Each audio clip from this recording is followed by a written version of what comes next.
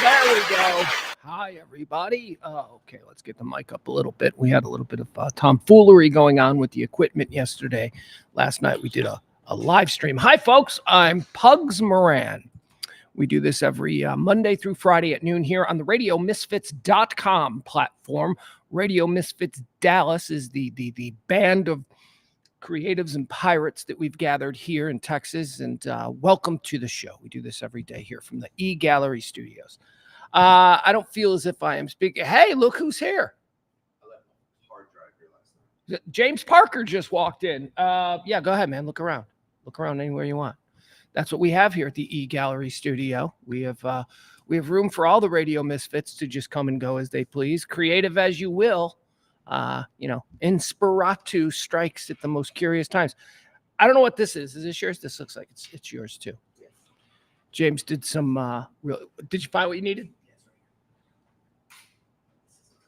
Yes. Oh, Jack Shark, great, James. Just look, that's the camera. Oh. Sorry about that, folks. I'll be back on in a second. That's old Frankenstein Parker. The East Texas. Yeah. Don't worry about it. It's fine. I'll fix it. Yeah, you're good. You're good. All right. Let's say hi to the people in the chat room here early going. Hiya, Frank. Hiya, Mike. Hiya, Joel. April, my girl April. Did some damage to your bottle last night, April. Is it all tangled? Is that what's happening? It was, but now it's not. All right, let me fix the camera. Hold on, folks. Let me see if I can fix this. Move it over a little. Put it right there. How's that? You know what? We're going to go with that. That looks fine. Later, James. James Parker, star of WBAP 93.3 FM. Check him out every Monday through Friday, 2 p.m. to 5. He's on his way to put together a show for you. He's one of the Radio Misfits here. We are growing too. We have added a couple. We'll be announcing some of the new names. Well,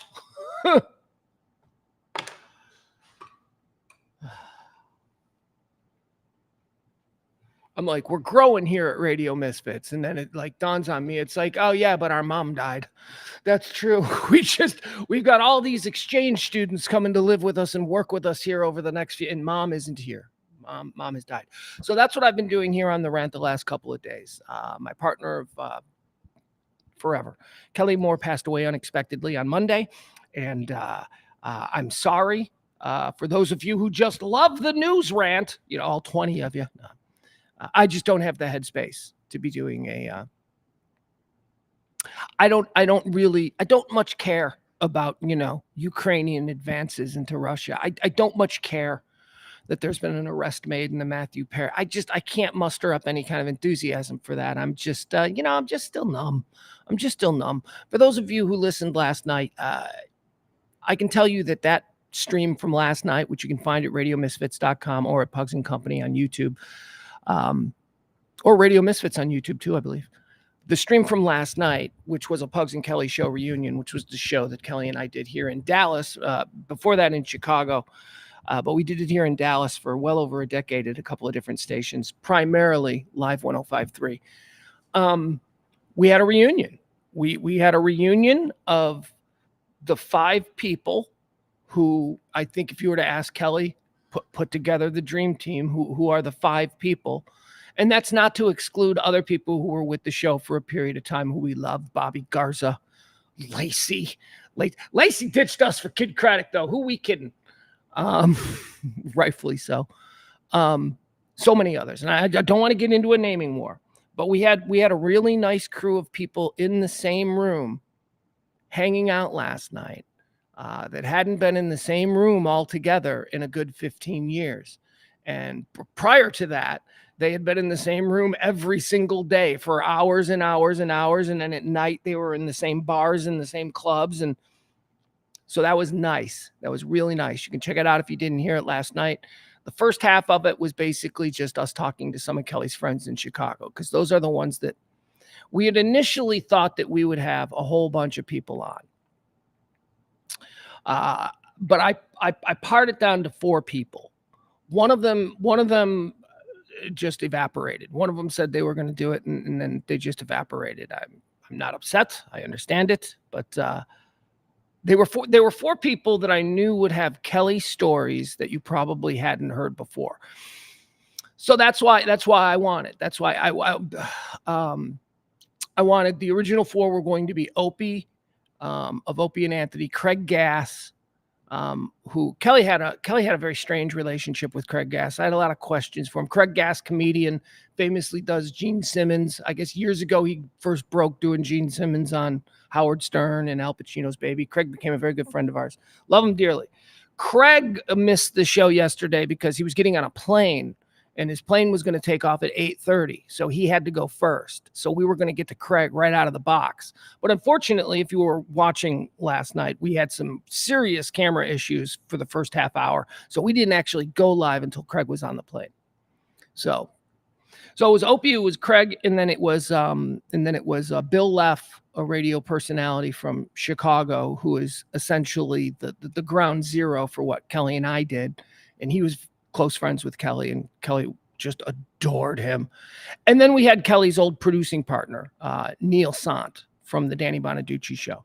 So those were the four that I wanted to do. And initially there were a whole bunch more, but honestly, I thought we're going to have James and Sybil and Eric with no voice, but still we're going to have these people in studio. Cody we're going to have on from Washington or wherever the hell he is. And I thought that's really what I wanted last night to be. So when I listened back to it last night, I loved hearing Neil and Bill and all of that. But I'm almost glad that the other two interviews that I thought we could slide in there didn't get done, because that would have taken away from just us being in the same room and just talking, having nothing prepared, just, seeing where it went. I enjoyed it. I listened back to it, and I can't tell you how many times. In the moment, I guess I was pretty stoic last night, but late last night when I was listening back to that, it was very moving. So here's what today's show is going to be. Okay, this is what I want to do on today's show, because for the first 3 days, and look, I don't think I'm probably going to do a news rant tomorrow either. Figure out something to do tomorrow.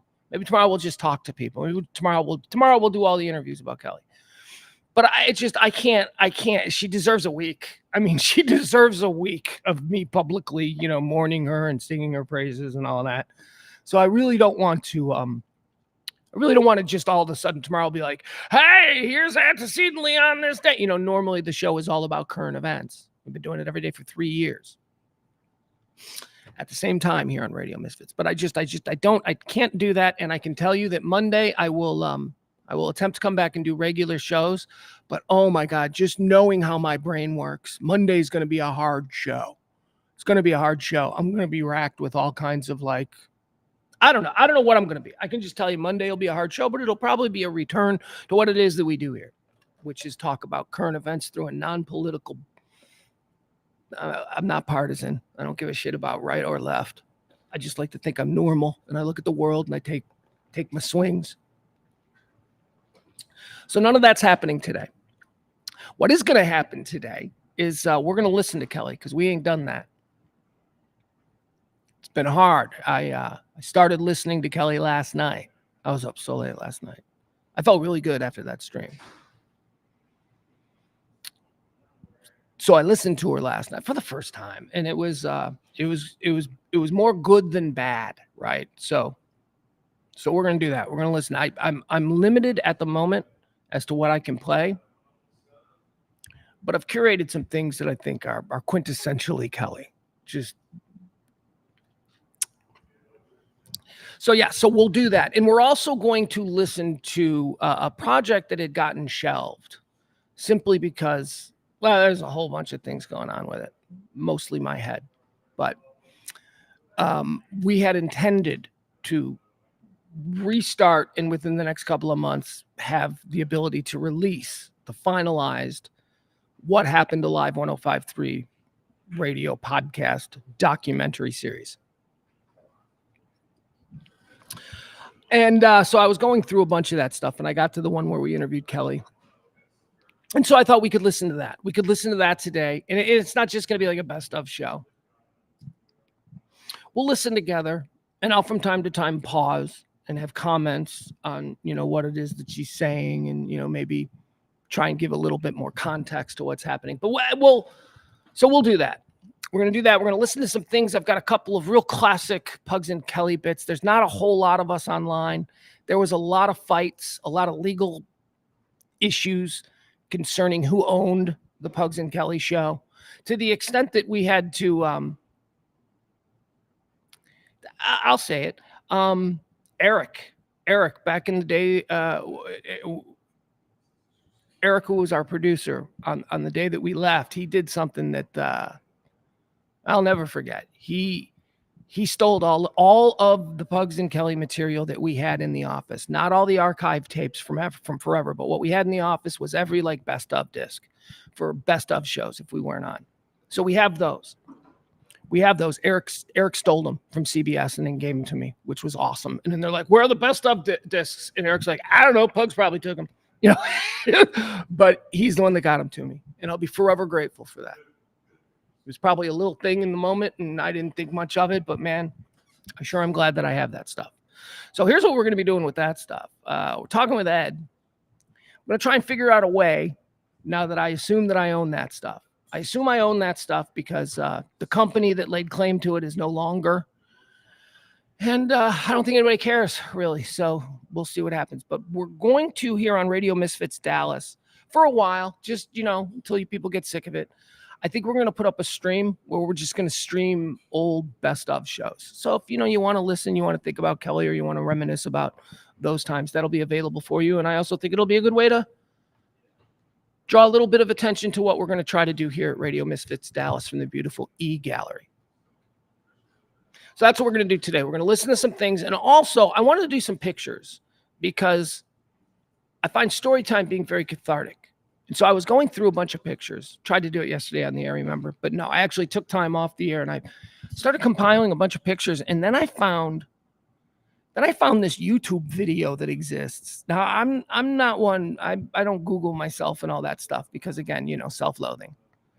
But I actually Google searched us, Pugs and Kelly, or YouTube searched. And I found this incredible picture slideshow that I would think a listener, I don't know, somebody put together at some point in time.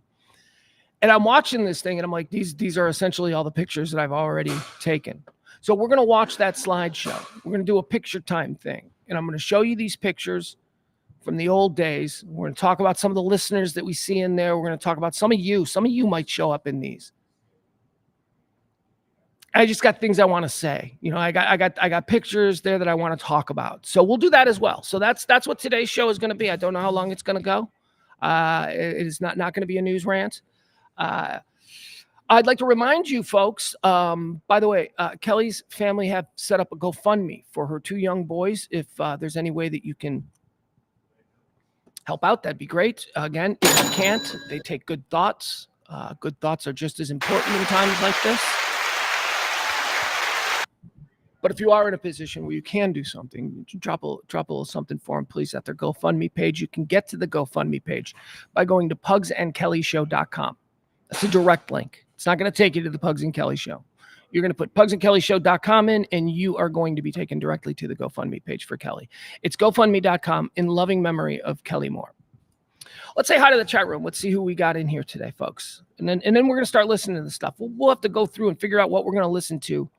Again, this is only the stuff that I was able to find on YouTube. And a lot of it is from the Grammys. And I tried to find stuff that I thought, it's not, I don't know. I loved it all. I'm listening to it and I'm listening to Kelly and I'm starting to cry. And I'm starting to laugh and I'm shaking my head and I'm getting mad at her. Like I always got mad at her. And I just thought, I go, there's better stuff. I go, I got to find like where she's really killing it. But there is something that I want to play that I just think is so quintessentially our show.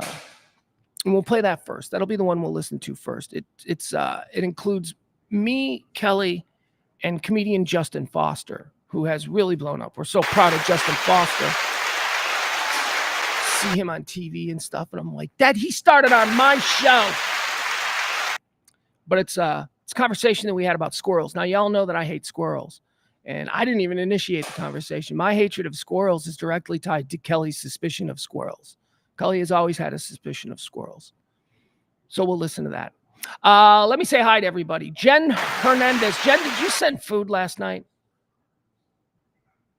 I believe you did. That was awesome. You people are also awesome. April sending me booze that I'm drinking.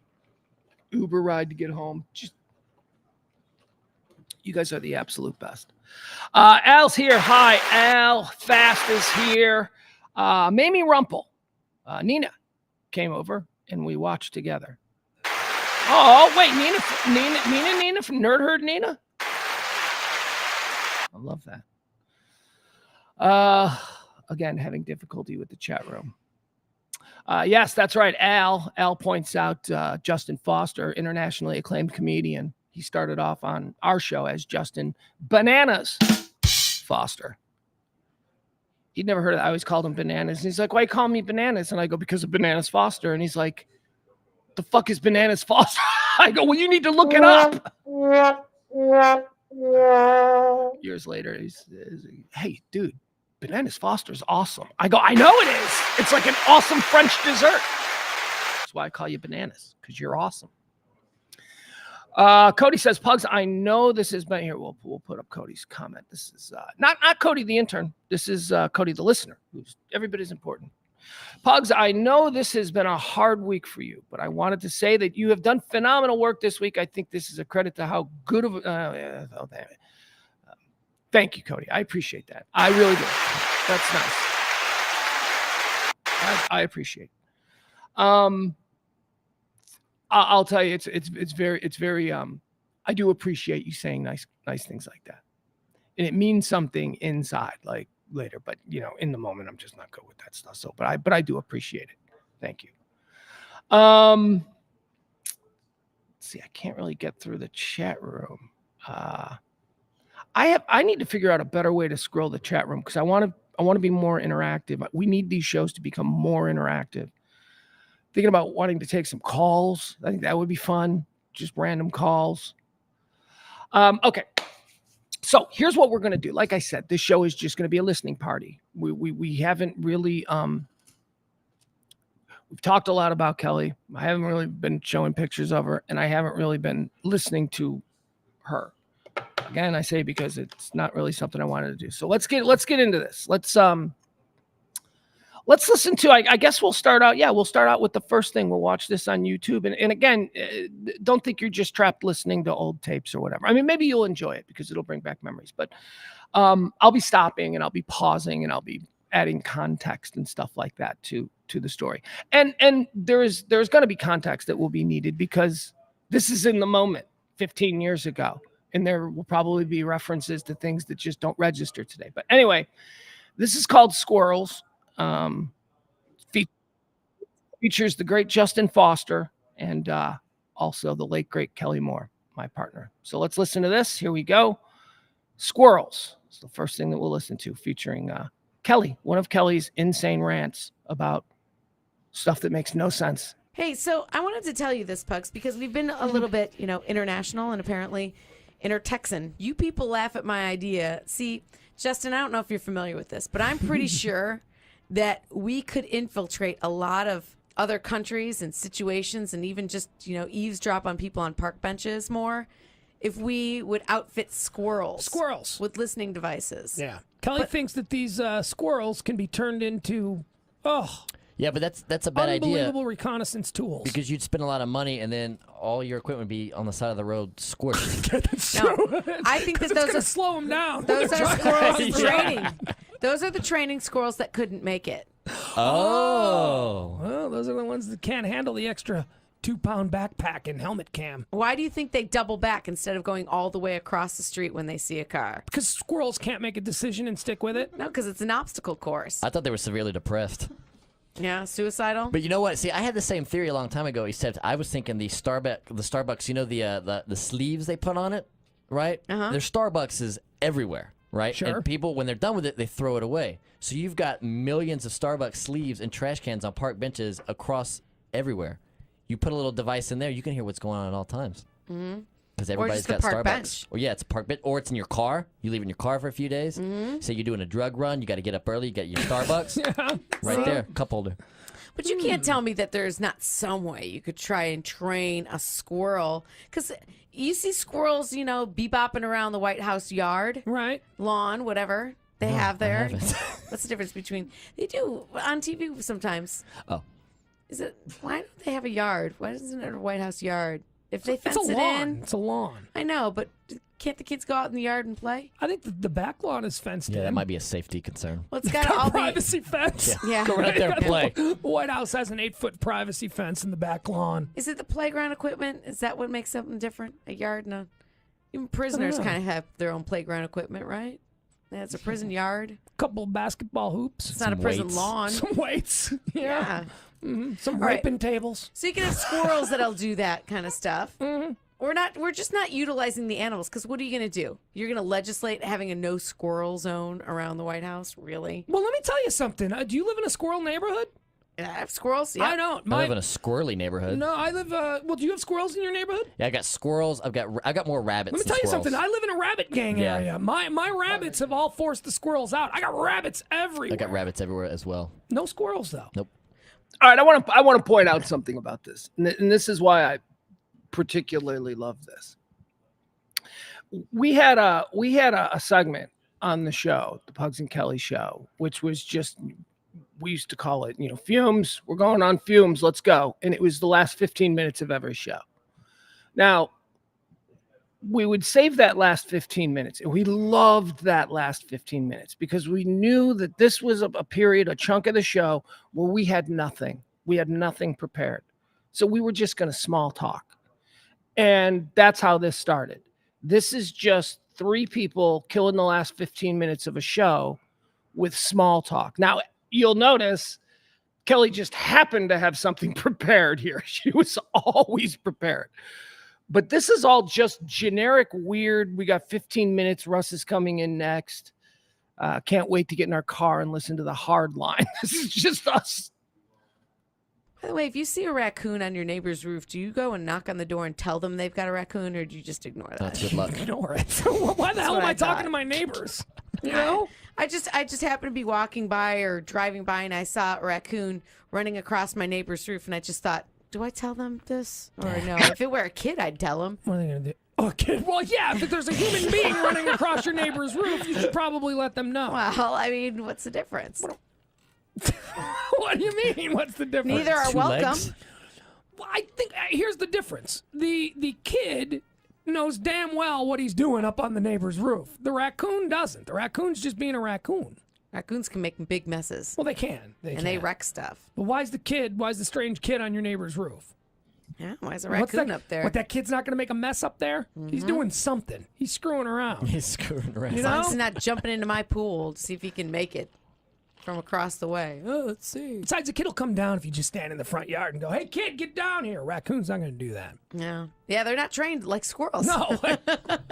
So what's the story here? Okay, so I thought, now I'm on alert for any other animal that you can train to be dangerous in some way, aside from the obvious ones that you would just randomly come across. Dogs. We've got dogs. Dogs can be trained. Wait, what do you yes. mean dangerous? Are you talking about for your government thing? Yeah. Oh, Yeah. okay. I thought you just meant animals that were dangerous. She wants to include the animal world in espionage. And we've got dogs, dolphins, and you've been saying squirrels for a long time. And check this out now. All right. X-Men frogs sprout claws on demand. Oh. At least 11 species of African frogs carry a built-in concealed weapon, Pugs. They can sprout claws on demand to fight off attackers. Would they be like Freddy frogs? What are they? Huh? Oh, like Freddy from Nightmare. He had, Oh, remember, yeah. He could go. When threatened, the frogs can puncture their own skin with sharp bones in their toes that they can use to claw their attackers.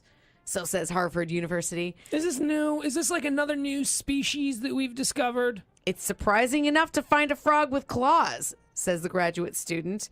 The fact that those claws work by cutting through the skin of the frog's feet is I shouldn't do this, but I'm just laughing at myself there. Why did I sound so disgusted that science may have discovered a new species?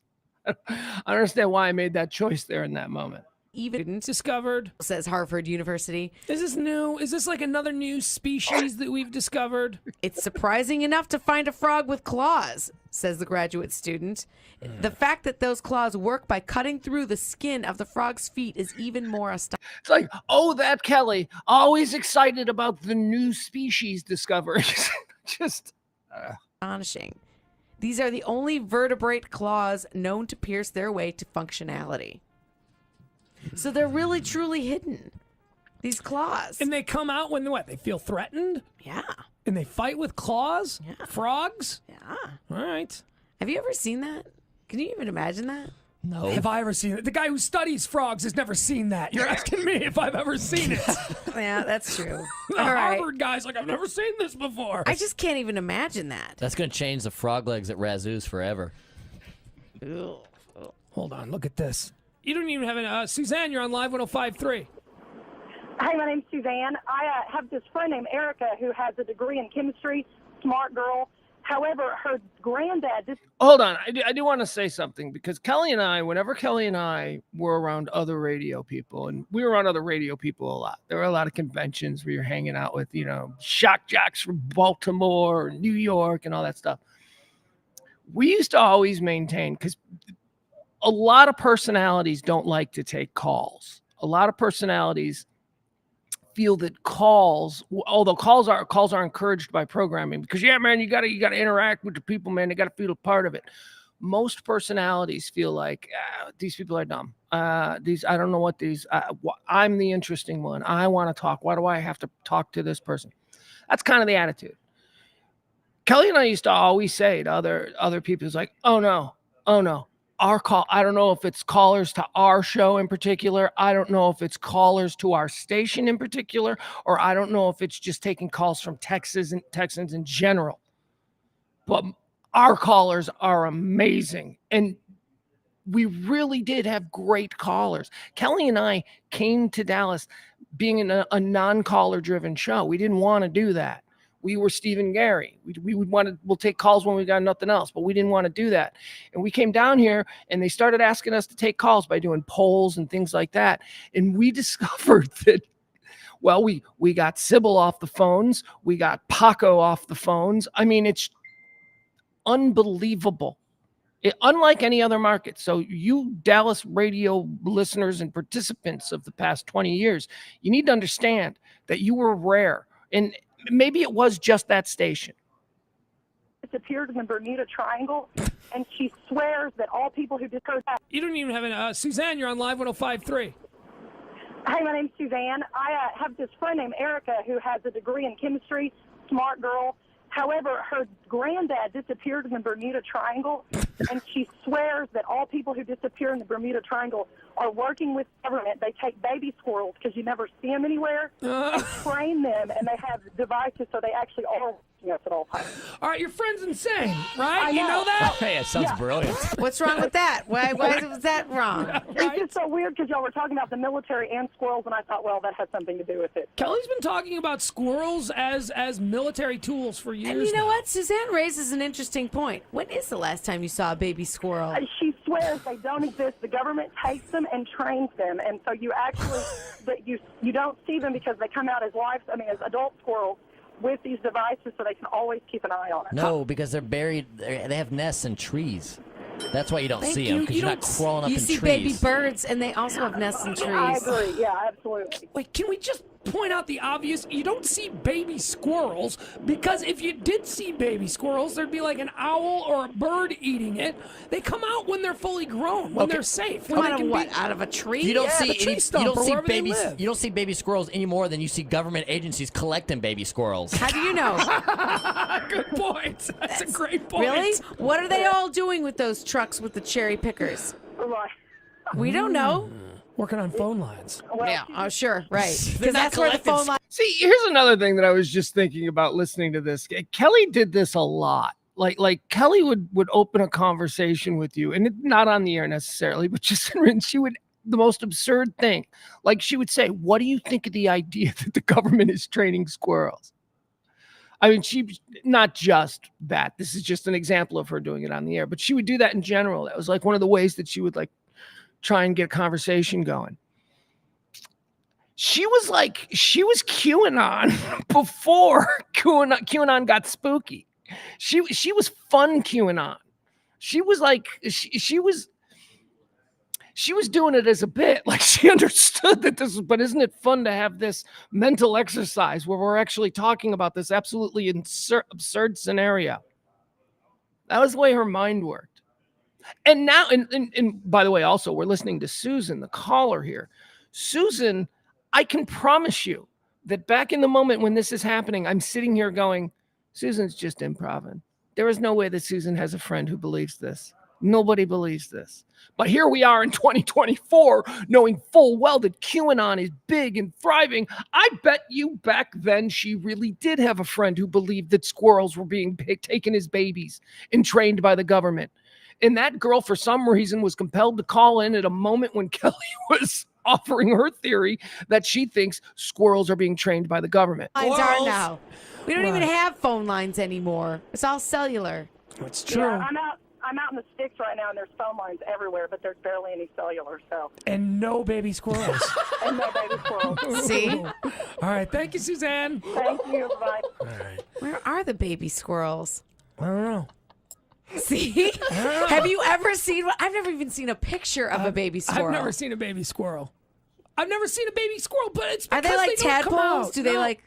They're too vulnerable. That's why you don't see them. It's nature. They keep them hidden away until they're grown enough to defend themselves. Of all of the species in the world, squirrels are the most vulnerable, that they need to be protected. And we don't learn that in school. When do you see baby bunnies?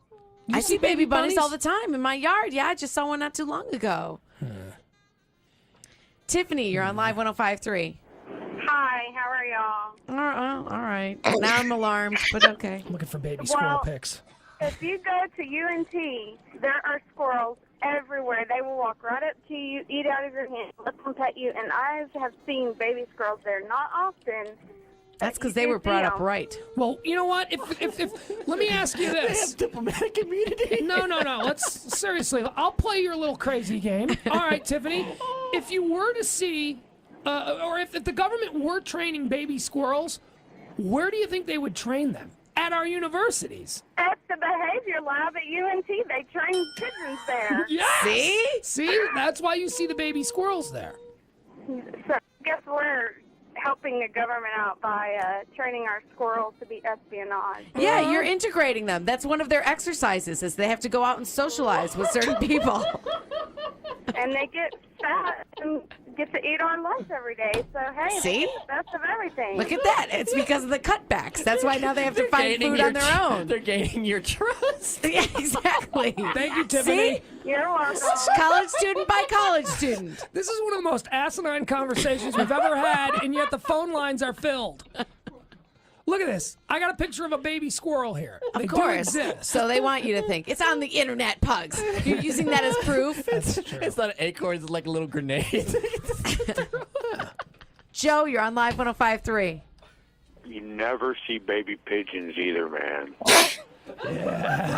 You know what? Yeah, you're right. You never see baby pigeons. Man, I'm really gonna have to put a lot of thought into this, guys. Man, y'all opened up a whole new can of worms for me. See?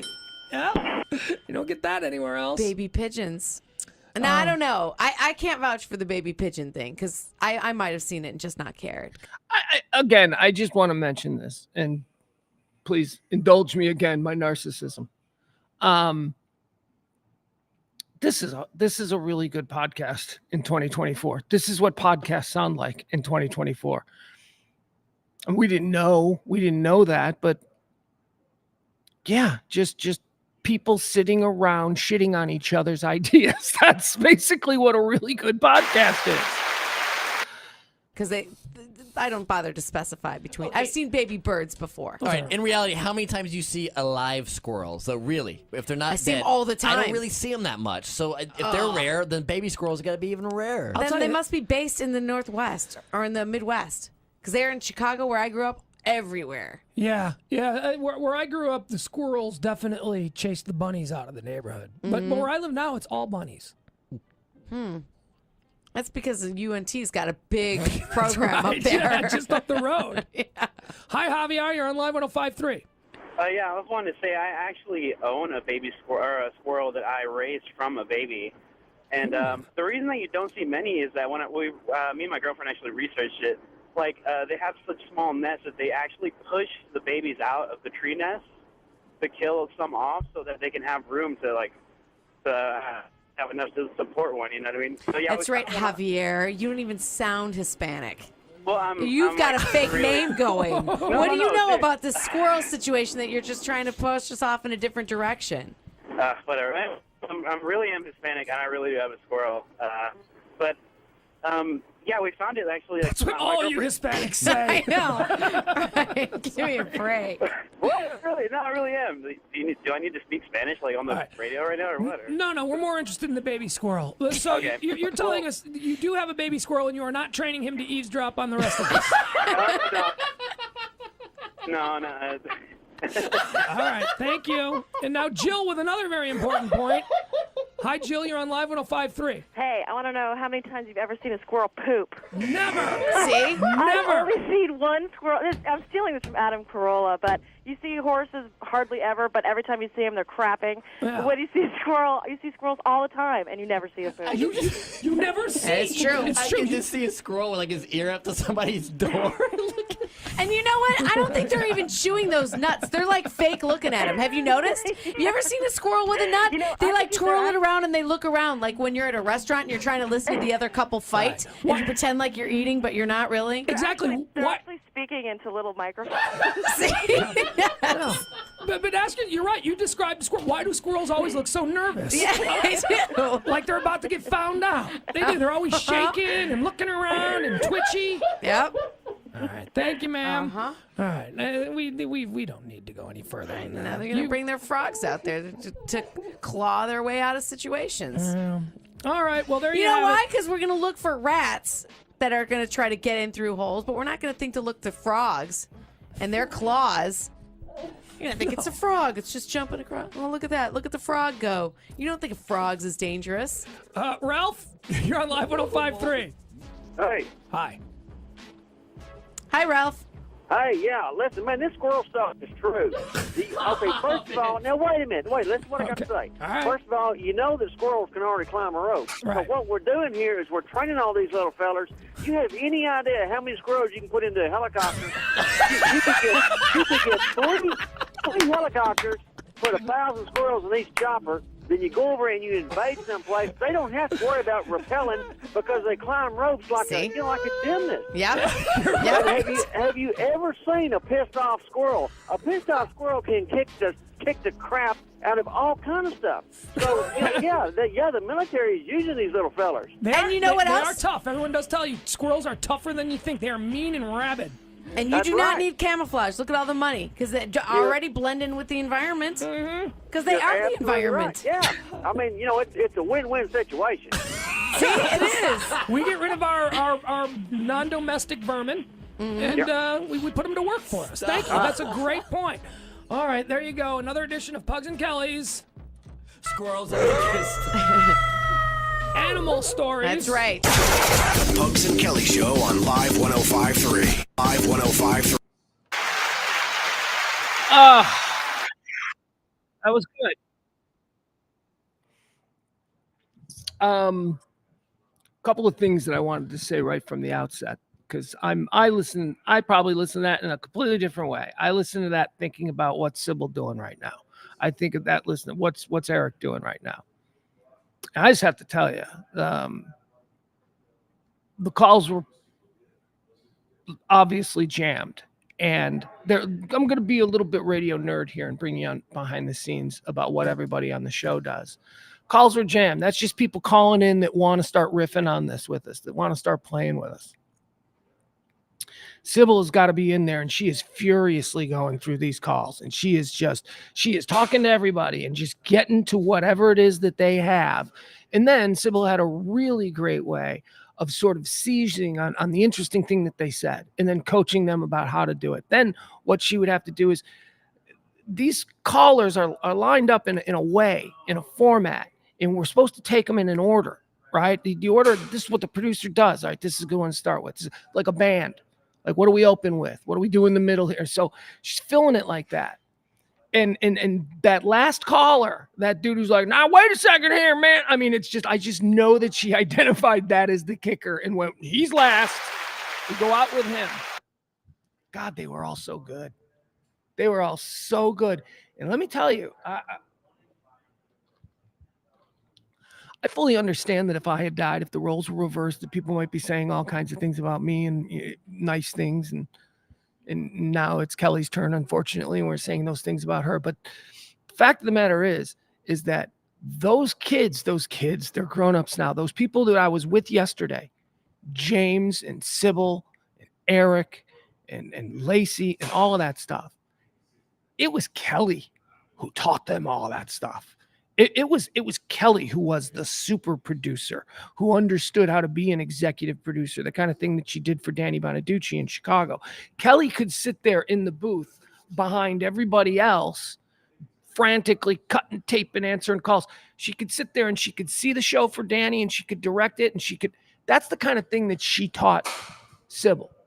And I don't know what the direct education was. It may have just been more of Sybil observing or watching. I don't know, but I do know that that's all Kelly. That's all her. That was terrific. You callers were fucking amazing. Justin Foster, Google search him. Justin Foster.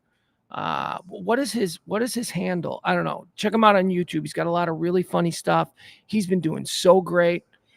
Dude, let me tell you about he's out there in Hollywood, like appearing on TV and touring the world, and he's doing great. Justin was my waiter at the Improv. I mean, that's just how great these stories, now that we're reminiscing about all the people that like came across the Pugs and Kelly world in some way, shape, or form. Justin Foster was my waiter at the Improv. He was the guy that made sure that me and the people that I was with could still get drinks when the bar closed. When they were trying to get everybody else out, show's over, we were always allowed to stay because chances are we were going out with whoever was on stage. We're taking them out on the town in Dallas. And Justin was the guy that always, for some reason, it's like, okay, they're telling us to leave. Justin, come here. Justin, can you help us out here? And the way most comics get their start, and this is another thing people, I don't know if they understand, the way most comics get their start is that they work a really shitty menial job at a comedy club. They bartend first at the comedy club. They're a doorman first at the comedy club. They do the tickets at the comedy club. So Justin was just a waiter, and then he started getting up on stage at amateur nights. And we would be there for other people, and we would see Justin do like maybe a hosting where he's just, hey, everybody, welcome to the Improv, that kind of thing. And we just loved him so much. He was just such a terrific young kid, and he was funny. He was naturally funny. And then we started inviting him on our show, and now he's he's doing wonderful. So I highly suggest you people check out Justin Foster if you haven't. Jufo, as we used to call him, Bananas Foster. Justin Foster. Google him, follow him, like him, all that stuff. What else did I want to say here? Barney says, Pugs, you taught them to have no ego or shame. Kelly taught them to get things done, and most of them went on to great success. Thank you, Barney. I appreciate that, dude. That's a nice one. All right, what else are we going to do here? Was there anything else that I wanted to mention too? As you can imagine, listening to that, my head was just swimming. Courtney says, so are you and E going to try heroin at 80 together for Kelly?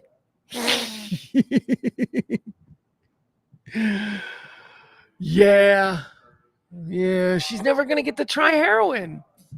That's oh man, she'd be so upset. She wanted to be an old lady, and well, me and her both. This was both of our plan, but I think she initiated it. She wanted to do heroin at 80. She's like, on my 80th birthday, all I want is heroin because I want to try it. Everybody says it's so good. And by the way, that Kelly was not a drug user. Kelly didn't do coke. She didn't do She didn't smoke weed. She didn't, I don't know whether drugs or ecstasy, none of that ever. She was one of those girls who would like maybe be at a party, and people were smoking weed and she'd like try it and then cough and everybody'd laugh at her and she'd fall asleep on the couch. That's who she was. But she was an Irish girl. She was an Irish girl from Chicago, so she could drink with you. She would happily do that. But yeah, she always wanted to try heroin at 80. I guess I'm just going to have to do a double shot. I guess I'm just going to have to. Who are we kidding? I ain't going to make it to 80. Let's see here. Amanda says, I remember that. Outlaw. I guess well, what is Outlaw saying? I don't know. I'm lost now.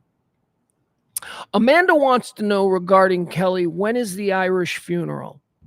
Well, it's an Irish wake, young lady, but that's okay. It's not an Irish funeral. We are going to do a big Irish funeral here for Kelly. We're going to do it right, though. And that means that a couple of things have to take place first.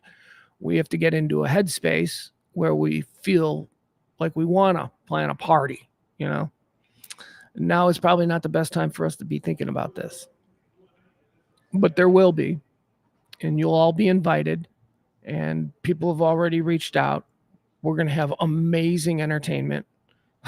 We're going to have comedians and we're going to have bands and it's going to be fun. We're going to do it right. And you know how I know we're going to do it right? Because I'm going to make sure that I'm not in charge of it. I'm going to make sure that really good people. So we'll do that. Maybe we'll do it here. I don't know. Maybe that would be nice to do it here at the E-Gallery. Where, the tradition in radio, when someone passes away who's integral to the radio station, they get a studio named after them. That's sort of like, they get a plaque on the wall and you walk, if you've ever visited, if you're in radio, maybe you visited some legendary stations that have been around for years and years. And you always see that when you walk into the Bob Hanks Memorial Studio. Who the hell was Bob Hanks? He was the morning show host from 1968 to 1985. That kind of thing. So, yeah. So I not that anybody would disagree, but we're gonna have to make this we're gonna have to be doing all of our shows live from the Kelly Mohr studio at Radio Misfits Dallas. I would like that, and certainly will do my part to get that done. Okay. Excuse me. Amanda says, most definitely it is. I will make sure to attend. I'll be the one with the thick New York accent. Well, I will be looking for you, Amanda. Thank you. You guys are also awesome. All right, let's listen to some other stuff here. Let's why don't we do this? So this is interesting. So this is Kelly from just last year. Let's listen to an old stream of mine from about a year ago. James Parker and I, we used to do Pugs and Parker at night. We had Kelly on. And this was part of the process of curating stories for the Who Killed Live 1053. So this was one of the probably the first time Kelly and I had really talked together on publicly. We talk a lot off the air and very close otherwise, but we didn't really do much stuff. And somebody asked me that yesterday, an old friend here in Dallas who had reached out to offer their condolences. Somebody said, what the hell, man? Why didn't you and Kelly ever do anything else in this market? Why did you just, and one, she moved to Corpus, and the big part of our appeal was our boots on the ground kind of go out campaign kind of thing. So that was a problem. Could have been overcome, I believe, but it would have been a problem. But the other thing was Kelly and I I think we were afraid. I think we were afraid to do anything. I think because we both were so self-loathing that we just didn't like anything that we did. Other people did, and that was wonderful. But when they said, well, I just love what you do, we just thought you were a nice person who was trying to make us feel good. So there was that. There was a very real fear. of like, well, what if we do something that sucks? And we didn't want to do that because at this point, and by this point, I mean the last 5 years or so, at this point, we really did appreciate what Live 105.3 was and what our show was and what our show was to a lot of people. And that's something that doesn't really resonate in the moment, in the time. You're just like, this is cool. These people are awesome. Let's party. But later, you start hearing just really nice things. And you realize that you have been for other people what your heroes were for you. And that's pretty powerful shit. Kelly died knowing that. And for the longest time, like I said, we weren't very self-confident in what we did. We relied on each other. Like, I knew that no matter how bad I was, that it would be fine because Kelly would be great. And she kind of felt the same way. And that was really our dynamic. That's why we trusted each other so much. All right, so let's listen to this one. This is just from about a year ago. I'm going to fast forward it about 10 minutes into when she comes on. And in typical Kelly fashion, she can't get her camera to work. So this is only a phone interview. I apologize for that. But it's Kelly. She's talking about 105.3. It's just a really nice...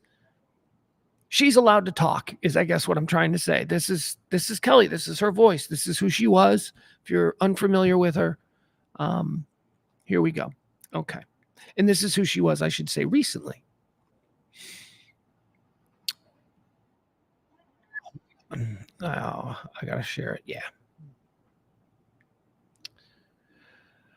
All right. I think it's 10 minutes in or so, just before there. So let's just start it right here. Here we go. She's really hard to get. And he's like, well, I'll call her. And I go, you go call her. And you got her. Oh, we'll do this story. Here we go. On the Murtaugh trial. That's why I wanted to bring him on. I was just actually going over him in my mind. I mean, wow. Please leave your message for 214. James is like, we should have Kelly on tonight. And I go, yeah, we should. I was and just talking to her. No. And then James is like, you just call her. I go, I'm not going to call her. I've invited her on the show a million times. She's really hard to get. And he's like, well, I'll call her. And I go, you go call her. And you got her to commit right away. And now here it is. Rubber hitting the road time. Where is she? She's slippery, man. Hey, that's all I'm how saying. You doing? Hey. Oh, there you go. You got a hold of the slippery heel. All right. Talk, Kelly. Let me turn you up a little bit. Huh? That's good enough. Oh, well, you wanted me to talk? Oh, my God. All right, that'll work. Good. That sounds good. That sounds real good. Hi, Kelly. He was beginning to sound like a shunned boyfriend because you weren't answering your call. He felt like you were ditching him. No, here's the problem.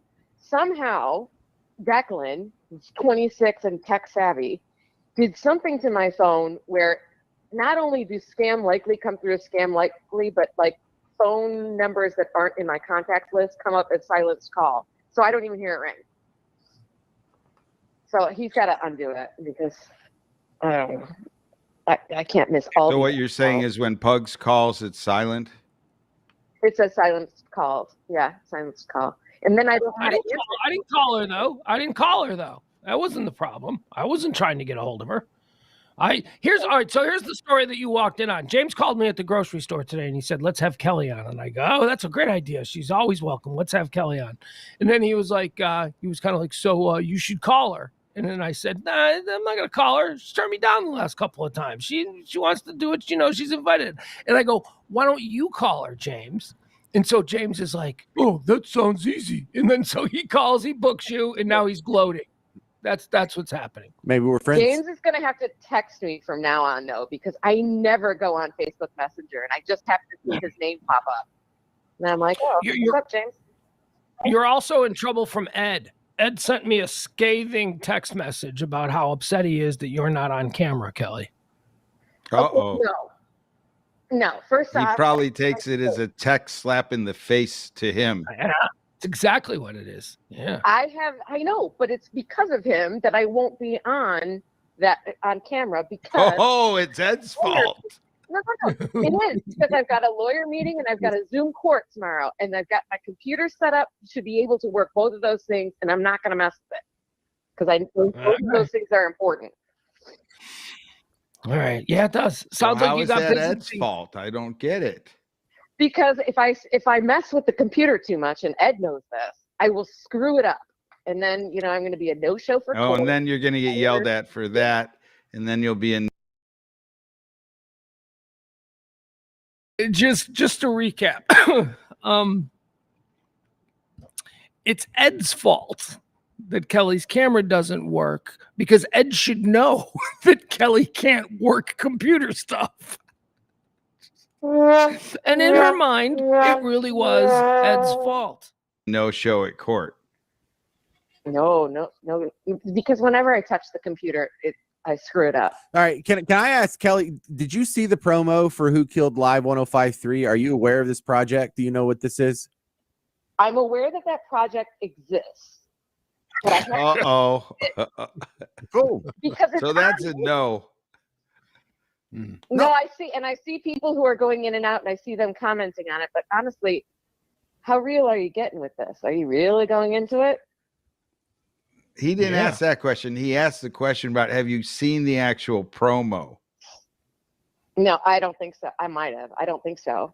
James, why don't you show it? No, she can't. She Can't see it. Yeah. All right, well, tell her about the project. Well, Bud. she doesn't need to see it. She could hear it. Let's listen to the actual promo. Well, let her listen to the actual promo. Let's move on, James. Well, I mean, I could play it, but she can't see it. She can only hear it. So it's I'll look it up on my own. all right. Do it. So this is Pugs baby, and we're all running with the football here. And Pugs is putting together Who Killed Live 105.3. It's a podcast. It's one of these limited series. We're guessing 10, maybe 15 episodes, and it's modeled after the Shock Jocks limited series on the Opie and Anthony rise and fall. That's very good. Very, very well, very succinctly put, James. That's a nice little Trying to do it pitch. in 1 minute. Yeah. And so what we're doing right now is using Pugs and Parker to have all the people that want to tell their stories about 105.3 on. And so we can sort of compact this 8 years of just absolute catastrophe in a few episodes. What? Well, names immediately come to mind, but Catastrophe. whatever. For No. for a station that had the ratings it did and the revenue it did, for it to not be able to hold it together is just a complete business and radio failure. So would you think that maybe it would be like a program director's fault? That's what we're. I think that ultimately the problem is multifold, and I think it goes much higher than the program director. I think that the program director in this particular situation may have been been on autopilot and just basically trying to survive. And we're talking about a program director in particular. He has survived. He's still there.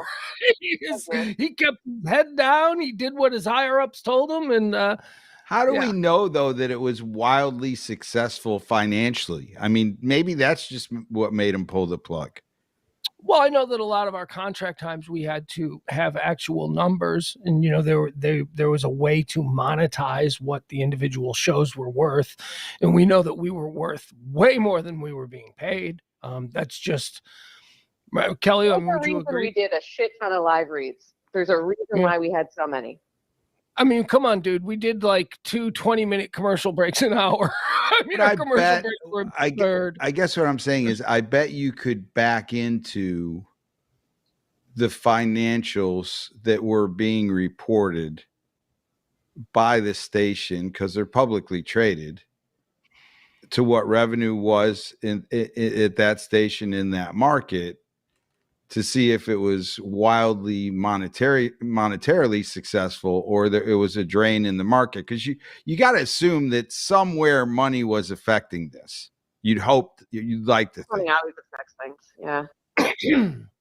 Well, yeah, in the case of radio, and in particular that format of radio, the problem came with the sales department. And we'll hear from salespeople who will tell you about how on a Friday they're celebrated because they just broke a new record with the amount of money that they've brought in. But then on Monday, they're all being challenged because now that they've broken that record, they have to break it again. I mean, there was an insatiable desire for greed on the part of these stations.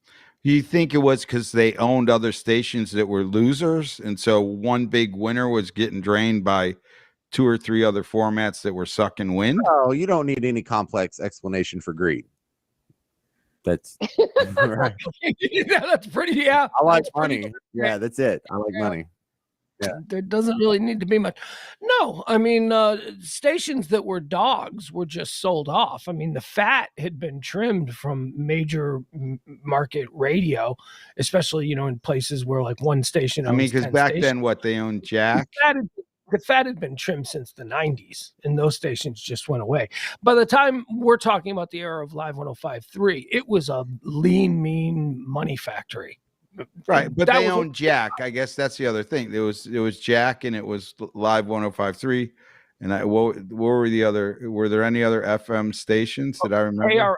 KRLD that was owned. Yeah, there's that light rock station or something. Yeah, whatever the light rock with Delilah. And it is since merged with what was Intercom, but is now Odyssey. So Infinity became or returned to being CBS Radio, which merged with Intercom, which has since become Odyssey. And they're the one of the two big clusters. Or I mean, I guess there's 3. We shared Live 105.3 shared studio space with Wild 100 and then Hot 100 and then Jack. They were all the same frequency. Yeah. So we shared, but over at the CBS building off Fitzhugh, that's where all the other stations were. There's a whole bunch of them over there. Now, since I have both of you together, Kelly and Pugs, when were y'all first aware that 105.3 even existed? Because y'all are from Chicago, and y'all probably had a moment of discovery. Y'all didn't always know about this station. Yeah, I learned about it in a phone call where I was being fired by Reed Reeker. That's where I first heard about it. Kelly, how about you? Pretty much. Yeah, that was it. And then we heard that Reed was going there. And then great. How much do you want us to say about this? What? No, everything. So you already had a show and you were getting fired and told about Dallas at the same time? Well, hold on. Let me assuage some of Kelly's fears. Kelly, this is a live stream. People are listening. There is no ability for us to edit or cut anything. So if you feel that you need to self-govern on some of these things, that's fine. There will be other opportunities for you and I to talk in private where we will record without a live audience. And at that point, anything that you want in or you want deleted, that's fine.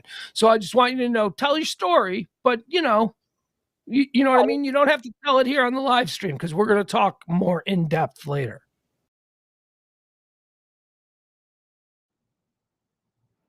We never did. That's one of those taking life for granted moments right there. That one right there, that just hit me.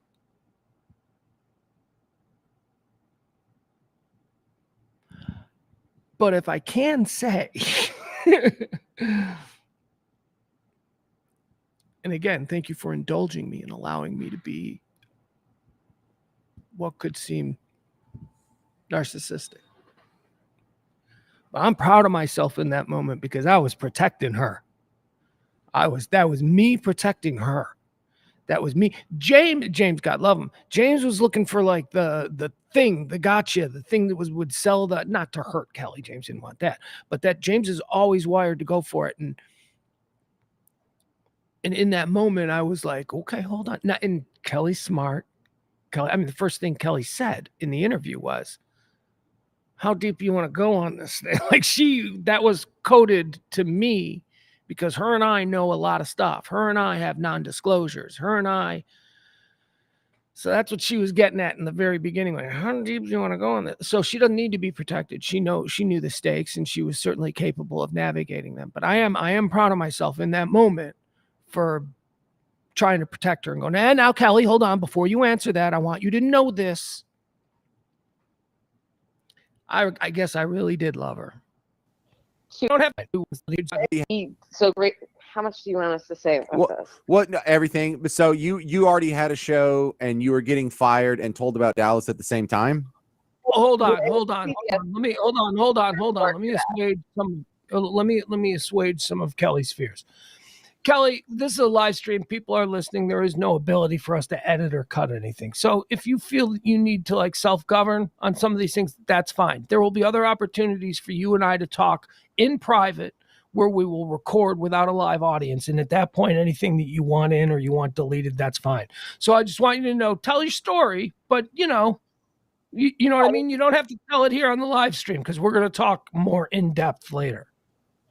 To when we became aware of it, we were working on a sister station in Chicago where we had a program director who had then been transferred to Live 105.3 or whatever the hell it was called at the time. And he offered to hire us.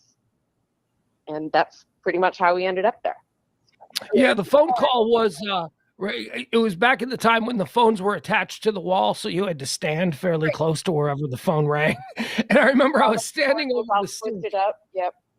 I was standing over the sink in my kitchen, and Reed Reeker calls, and you're just answering the phone cold. You have no idea. There's no caller ID. I didn't know who was calling. I just picked it up.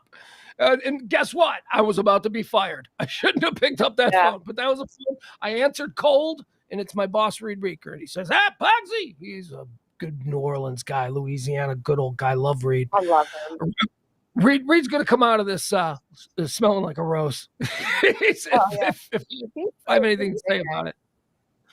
So Reed goes, hey, I got good news and bad news. And I'm like, oh, boy. Okay. Well, what's the good news? And he goes, well, the good news is that I'm taking over a station down in Dallas, Texas. And I don't know, the more I think about it, I think that there's a place for you and Kelly down there with me. And I'm like, that sounds fantastic. We're currently on in Chicago. So that's very nice that a guy going somewhere else, but we're not thinking we need to be looking for a job. What's the bad news? And he goes, well, my last order of business out of town is I got to fire you. Yeah. And then he said, but we shall ride again. And I was like, okay, I don't know what that means, but okay. I think I just got an email. I don't remember getting a phone call. Okay. Let's see here. Yeah. All right. So a couple of things about that. That was fun to re-listen to for me. So that's another part of when Kelly and I came down here. And when Kelly and I moved down here from Chicago, a station had been on, I think, a year, because that's what our overnight thing was. And we were waiting out the accidental signing of Ron and Don. People got to communicate. People just communicated. You wouldn't have had a year to write out Ron and Don's contract.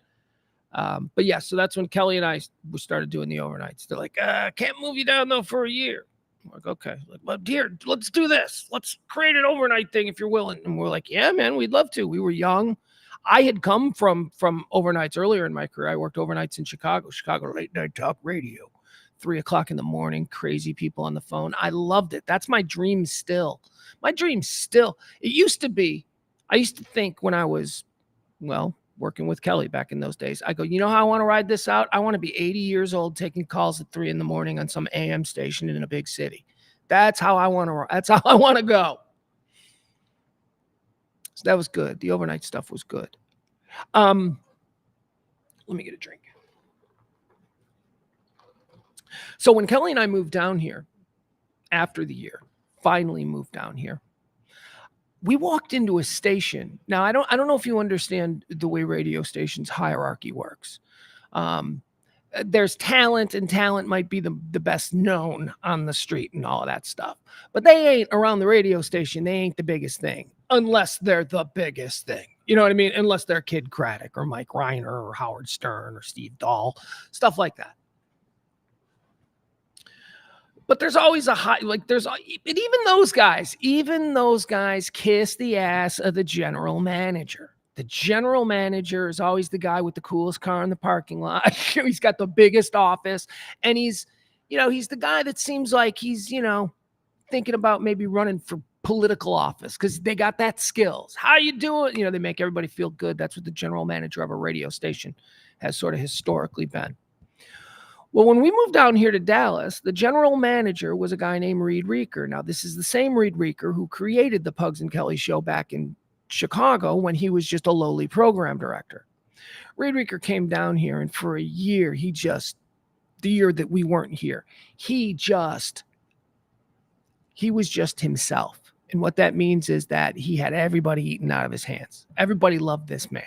This man was bigger than life, sweeter than sugar, just an incredibly decent, loyal, and smart guy who got it.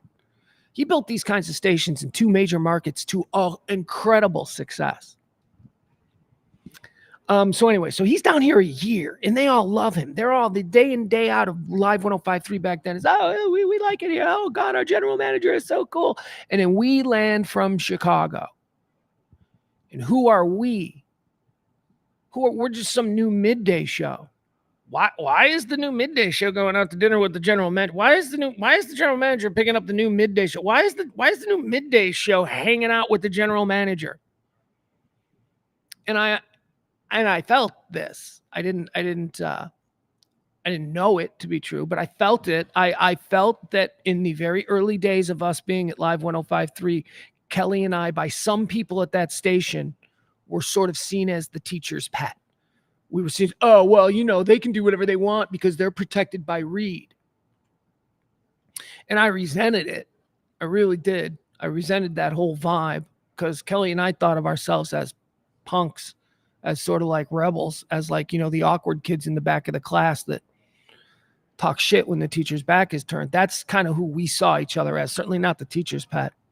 But I'll tell you, the reality is, and now that I think about it, we probably were, because it just so happened that our general manager loved us on a level different than just, are we going to re-sign the midday show or not?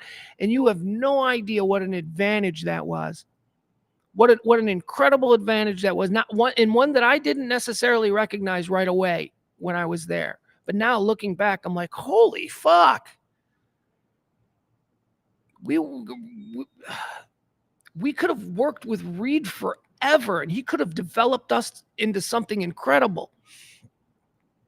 So I guess it was an advantage.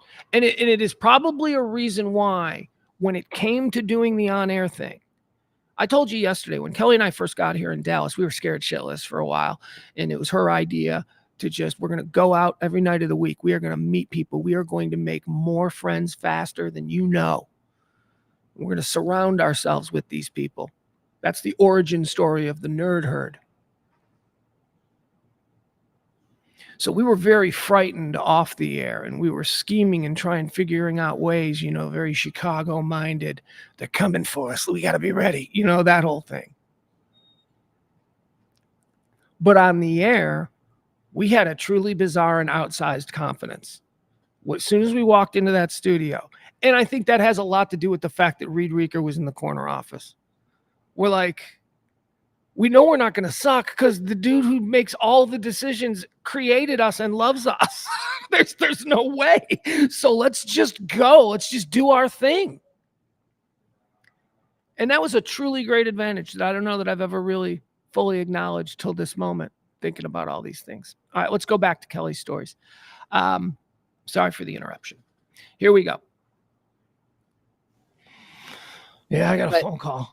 Reed is from New Orleans. He's a New Orleans guy. Oh, yeah. That's funny because I just spent almost 2 decades in New Orleans. Jesus. Right, so Kelly, did you go?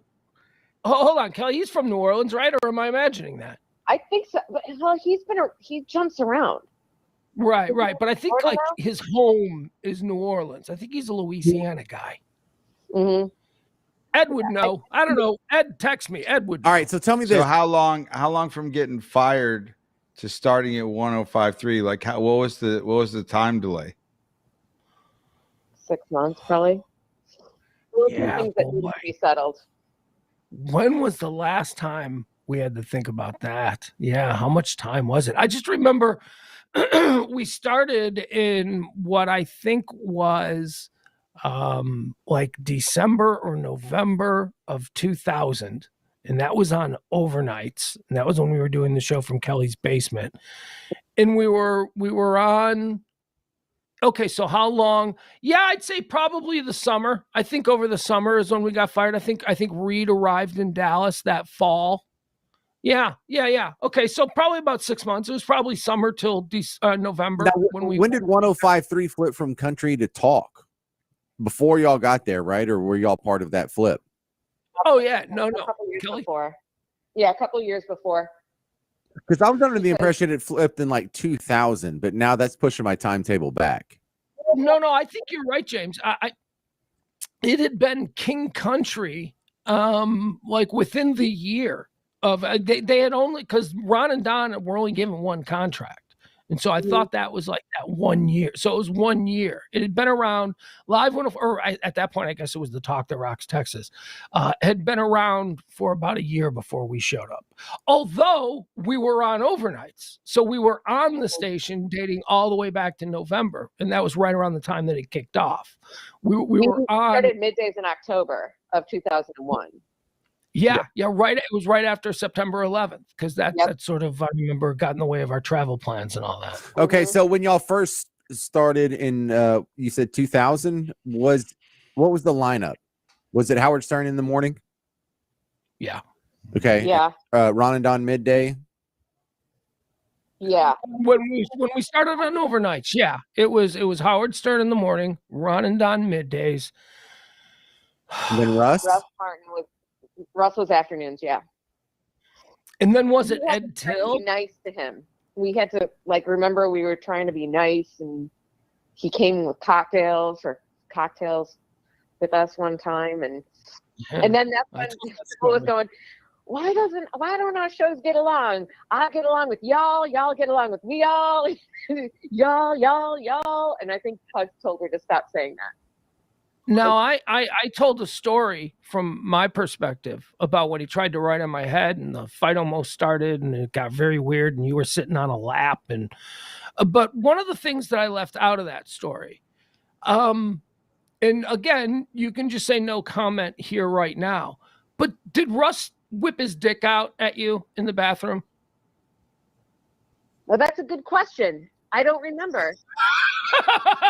That's a good question. That's a better answer. I'm for reasons you can't possibly understand, I'm really proud of that answer in the way she just kind of went Ronald Reagan. I don't remember. I don't know. And it's not that we can't talk about it. I mean, we're not supposed to. I mean, but it's stupid at this point. Anyway, me and E are laughing in a particular way because we understand it's an inside joke. We understand what she's saying. Sure. Yeah, it's definitely an intriguing answer, but I left that out because I wasn't certain if I remembered that correctly, but I thought that was something, and I thought that you had some zinger back for him, some insults. I don't know. No, I didn't try to insult him at all. I was always trying to be nice. There was more than one occasion where I might have been backed into a corner or by a console, and I had to literally twist my way out. With Russ? Yeah. Oh, okay. All right. So see, I didn't know about that stuff. See, I wasn't allowed in his studio. Only you were. You were the representative from the show. All right. So having to go in there. We haven't heard, or maybe Pugs has, but I haven't heard these stories. Can you just tell that real quick? Or is there anything more to that than I need to know? You get pushed out of studios a lot? I mean, I think the bathroom thing, it was a station event, and might have been a Christmas party or something. And No, it was that brainstorming party. It was like our first night in town. Remember, it was at that hotel at 75 and LBJ, and they had a big whiteboard, and we came up with all these clever sayings. And Oh no, I do remember that, but I'm talking about the bathroom situation. It was like a Christmas party, and he drags me into the bathroom, not like by my hair, and then he's just like, Are we back on Russ? I mean, see, now this to me is really interesting, and you probably experienced this with your own family as well. Years after some shared family incident occurs, and you're sitting around talking about it, and you're all like, kind of like, yeah, that's kind of it, but that's not how I remember it. It's like, no, but then that's fun, because Kelly and I have never talked about this stuff before. Let's continue. Just reminded me of that family thing. Yeah, no, that's right. But no, that's right. No, Bob wasn't there. But no, you're right. It wasn't Aunt Karen's. You know, and people just like merge things. Like she's talking about a Christmas party. I mean, this didn't happen at a Christmas party. This happened our first night. That I know. And she's like, yeah, this was at a Christmas party. And I got to be completely honest with you. That story that she just told about having drinks with Russ and everybody trying to get along, I don't remember that. I don't think I was invited to that. I think that might have been one of them things that she went off and did on her own, trying to make sure I was not. And she now, all these years later, she just assumes that I was there. But no, I was not. I no way, shape, or form. He was like, he grabbed me by my wrist. He's like, come on. And then it becomes kind of like a dare where I'm like, okay. And then that was a bad decision on my part to go in there, because then I got myself into the situation. Although, at fault, because honestly, I could have turned him into HR for that, but it would have gone nowhere. Okay, so that's interesting. So let me ask you some follow-up, and you just answer as comfortably as you are. And if you're not comfortable, that's fine. Like I said, we'll have time to talk privately about all this stuff. Your attitude back then was, incidentally, no, we won't. We won't have time to talk about it in the future. And let this moment be a reminder to you. This is what I always preach about. Things happen. People die every day. Life is precious. Your next breath is not guaranteed. There's an incident where I'm a fool. I'm a fool because I'm just assuming and taking for granted that life comes for us all. It's lurking around the next corner. Very, I would say, modern, empowering. You were sort of a modern woman. You were divorced. You had 2 kids. You had this fantastic career, and you were often known to say that you can't sexually harass me, or words to that effect. Like whatever you chose. And I don't mean to make us sound old, but women of your generation who had to put up with incredibly horrible and obvious situations of sexual harassment, your way of doing that and thriving was to push back, was to, not be overly dramatic and not be overly, oh my God, now I need crisis counseling or whatever.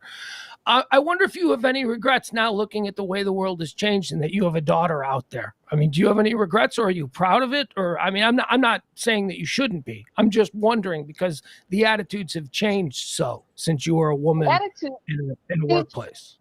They've somewhat changed, but I was in the position where, Russ had a lot of power because everyone listened to him and did whatever he said. Now, that probably feeds into the whole title of this docuseries, but he did not necessarily like our show. And by our show, I mean Pugs. So like one of us. So you felt like Pugs was an anchor to your plan?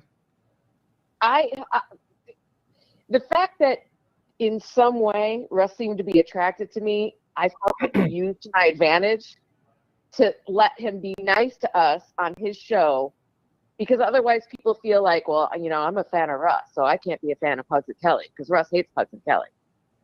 You were honeypotting them. You're honeypotting them to try and get your own goals met. I appreciate that. Yes. I was believe I trying to- encouraged it. Yeah, I know. Yeah, except you know what? After I went in that studio, neither you nor said program director would look at me. I noticed that Really? the whole time. Mm-hmm. Yeah, over it. I don't remember that. You were hurt? Because it was awkward. Bugs? I was hurt. Yeah. No, I don't believe so. Well, why wouldn't you talk to her? I have no idea. I don't even have any tangible remembrance of this entire incident. But I mean, other than just to say that, yeah, I know that she was allowed in his studio. Let me try and answer that now. Since I was kind of blindsided by that, and she and I had a number of conversations, deeper, private conversations about all of that stuff in the days that followed that. That was, we'll listen back to it. But that was Kelly telling me that I hurt her. Because, and I don't remember that. You know, as I said, yeah, I don't remember that. That's because I'm caught and I feel terrible about the way I behaved. Of course, I remember those moments. They fucking pissed me off. They pissed me off that she was in there and that she was pretending that everything was all right with him and she was being real flirty and all that. It fucking pissed me off.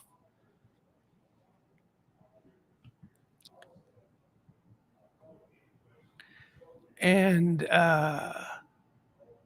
yeah, I was too dumb to recognize that she was playing the long game, because that's what she always did. She was always thinking, I don't care about the next 2 years on this contract. I'm looking at the next 20 years. And I should have done more of that. And she was always looking at the long game. She was like, oh, really? Does this hurt your ego that your partner is in the enemy's studio making nice? Because let me tell you something. I'm going to get one by one every one of his listeners to come over and like us. See, yeah, that was her plan. My plan was to be a big, dumb guy who was like, fucking whore. You know, of course, I would never say that to her. I would never even think that of her. But you know what I mean? That's the attitude. That's the energy that she probably received from me. But yeah, that's interesting the way she says that. The way she said that is so quintessentially Kelly. The way she is right there letting me know, hey, while we're talking about this, you know, you're not going to get away clean either, asshole. Let me rewrap it.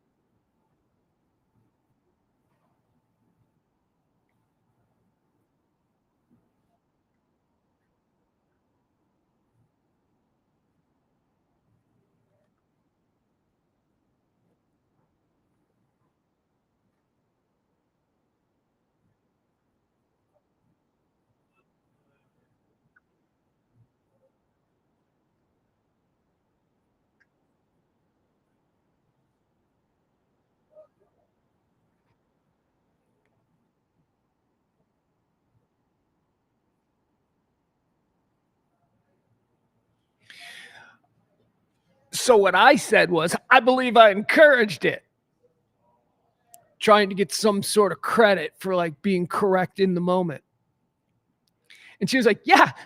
Oh, actually though. Actually, no, asshole. You really didn't encourage it. And I'm going to make you think about that right now.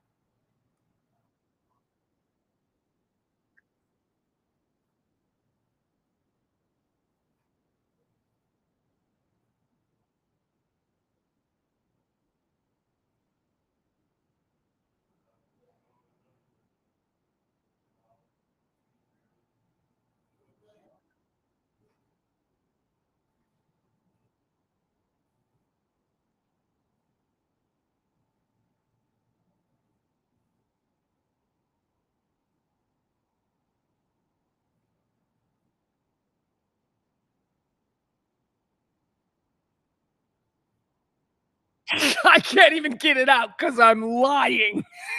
because no, I don't know. I've always been a good guy. Nah, I'm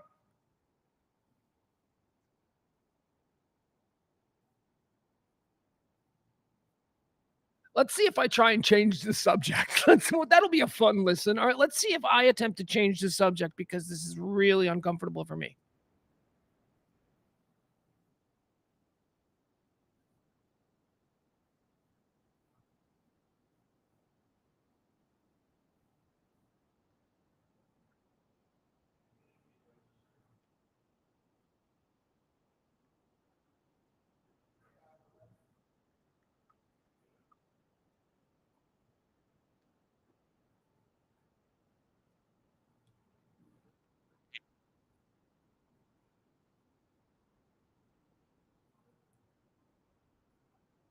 Yeah, okay, here I am. Changing the subject. This is the story that we told last night, so I'll jump through it a little bit. It's about me being angry at her for not moving around and her saying it's different for me than it is for you. We talked extensively about it. You can find last night's live stream, the reunion to the Pugs and Kelly show, right here, wherever you're watching this. You can find that. YouTube, Facebook, Pugs and Company, and of course, RadioMisfits.com. I'm just going to jump ahead a little because we already discussed this ad nauseum.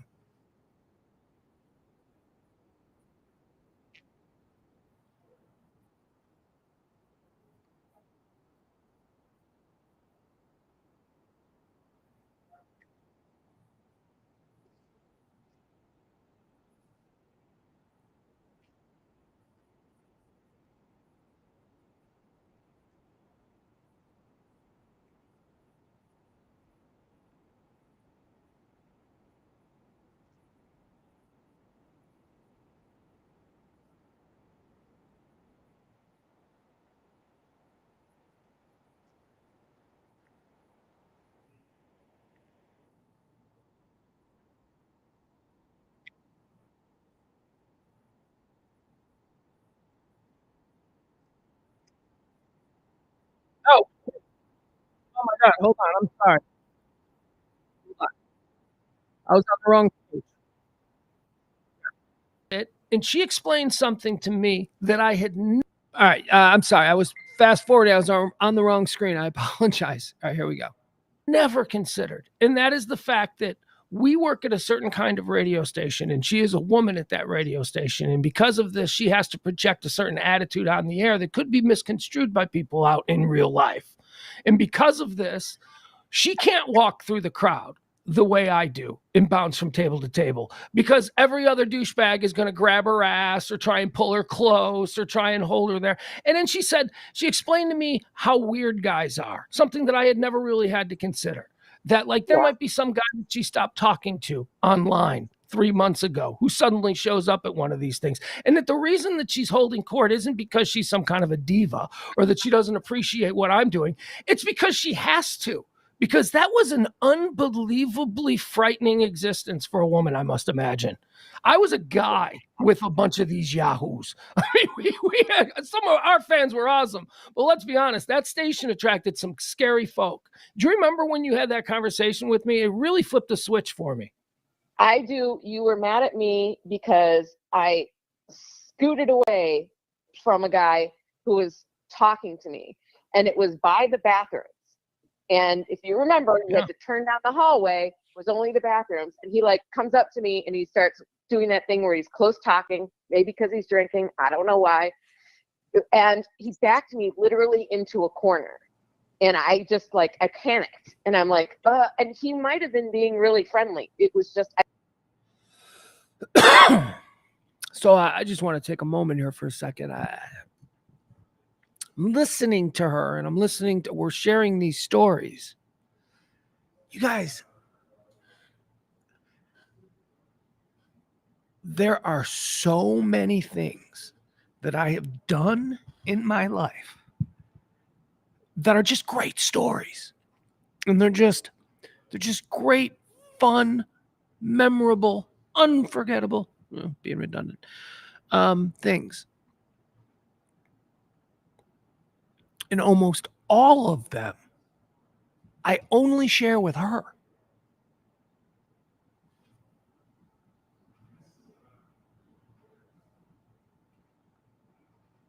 So it's one of those deals where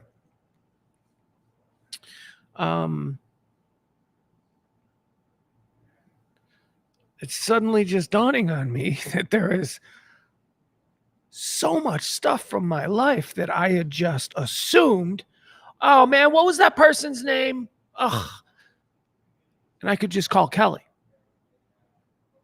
She'd be like, oh yeah, that was Cassie. She worked for Jameson. Just a million things like that. A million. Hey, remember when? And she's the only person who would remember. God, that is just hitting me now, live on the stream. That is now absent from my life. Some of my best. Well, here's what you get now. Now you get the the supercharged version of those stories. now you get the versions that can't be fact checked. There you go. That's a positive way to look at this whole thing, isn't it? All right, let's go back. I'm enjoying this. I hope you are as well. The 2:00 cutoff is not going to. We're free balling it here today, man. We're just going to go and hang. And if you're with me, you're with me. I appreciate you. All right, here we go. Yeah, I mean, I was never seen as by anyone as a sexual figure, whereas you were. And I didn't consider that when we go out in these crowds with all these people and how weird guys are. And they treat me completely different than they treated you. Yeah, and so that was my first experience. You know, Pugs and Kelly was the first radio show I was on and dealing with people who being a semi-public figure. I remember Kelly said on one show after some event, Russ Martin's event. No, it was one of our. It was like it was just a regular event like dodgeball or bell bottoms or Super Bowl or something. Yeah. But Kelly's.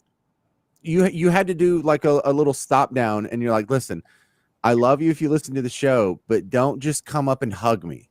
And I thought, that's really shallow, man. If I had a radio show and people wanted to hug me, I'd be grateful. But then I noticed that made me aware to just watch next time there's an event and how many long hugs you get and how many low hands you get, like right around the top of your butt crack, and how many guys are kind of pushing their junk on you, and it's like, squeeze. It just made me kind of embarrassed because it's like, oh man, guys suck. Yeah, you get the worst of the worst. On you. And sometimes it's just because they're just awkward, and sometimes it's because they think it's funny. Yes, none of them are fun, but. There's various levels of inappropriate, but that's something I never had to deal with. And since, you know, I'm not a guy who rubs my junk on random chicks in public, I just don't think about that happening, but it happens and it's icky. Yeah. So. Yeah, but when you bring up like my daughter's perspective, I worry about that whole casting couch thing. Mm-hmm. Well, your she's an actress out there living in Hollywood. See, I would also like to point out that you can't really sexually harass men. It doesn't work the same in reverse, because if, you know, random chicks were coming up and giving me long hugs and grabbing my butt and stuff, I'd be like, this is great, you know? Well, it doesn't check a lot of the established power dynamic. Exactly. Boxes. I would never know what that's like. Right. You'd love to know. It's not fun. I'll tell you. No, it's not. No, because even if girls did it to me, between like your dignity or your paycheck. Well, but I mean, you have to look a certain way in order to be exposed to that type of pressure, and I know I don't have to worry about that look putting me in that type of pressure. We are seconds away from him just blurting out a no fat chicks thing. I mean, I love his just little, well, you know what? Ugly people don't have to worry about that. But I bet you there is some form of sexual harassment if you're a good looking dude, or couch fee somewhere along the line. Well, but most people's bosses are male, so unless you know you're gay, it's just isn't that a problem? But of course, but not to the extent of the power dynamic that exists between the male boss. But I'm saying, I bet it exists out there. Hey, Kelly, let me ask you this. We've been talking about 105.3, and we can get into a little bit more about how dirtbaggy some of the situations there were. But I wanted to ask you, as a woman who did radio at the height of the shock jock movement, we're talking going all the way back to the early and mid 90s when everybody was trying to out shock jock the next guy. What levels of I mean, I guess this is a leading question, but I don't know the answer to it. To what degree had you experienced sexual harassment back in the time of radio before that was really an option to go to HR, where that was your quickest way to get fired? Did you have any of those experiences?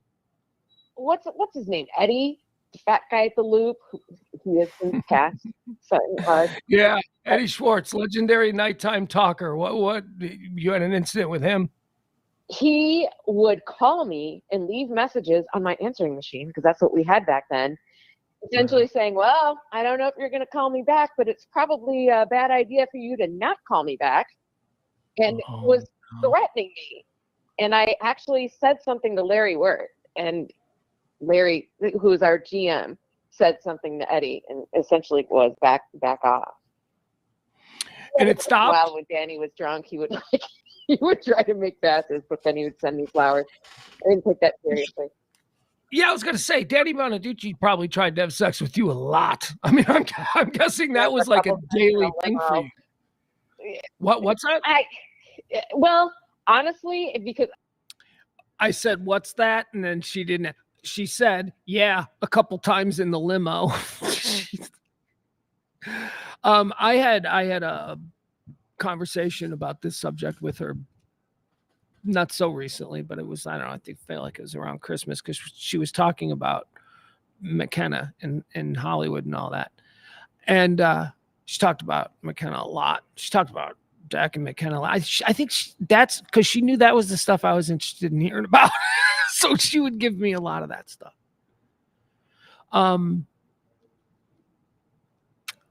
So anyway, she was talking about this very subject, about how, do you know how quickly I could have risen in radio in the 1990s if I had the attitude that I was going to go to HR for every time that I was offended by something? And I'm like, yeah.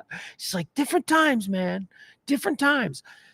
And she said it in a way that was so funny, because it was equal parts, these kids are too soft, mixed with, but I totally, if that was an option, would have gone that route. I get it.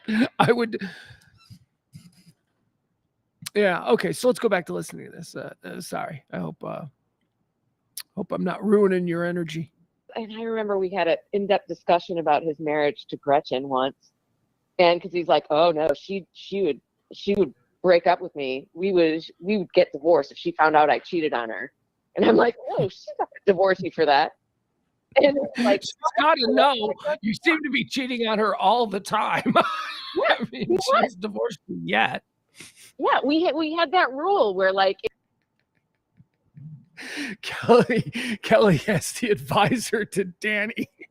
Danny Bonaducci told her, like we just heard, oh yeah, I can't cheat. Everybody knew Danny was cheating. Danny was, but he played it up on the air. I would never cheat on Gretchen. And he was cheating with everybody. Kelly just said he tried to have sex with her twice, but it's also why Kelly says nobody's ever sent me more flowers than Danny Bonaducci. She always says that. It's like nobody. I've never received flowers from anybody more than Danny Bonaducci, probably 100 times, because he would immediately apologize and sober up or whatever. But her advice to Danny, when Danny goes, "Oh, Gretchen would totally divorce me if I cheated on her," Kelly's advice was, "Yeah, no, she won't. She won't divorce you for that. There's too much money. There's too much opportunity here. What's she gonna do? She can go back and wait tables? No, that's just you'll be in the doghouse." It's just that attitude. That was Kelly's attitude.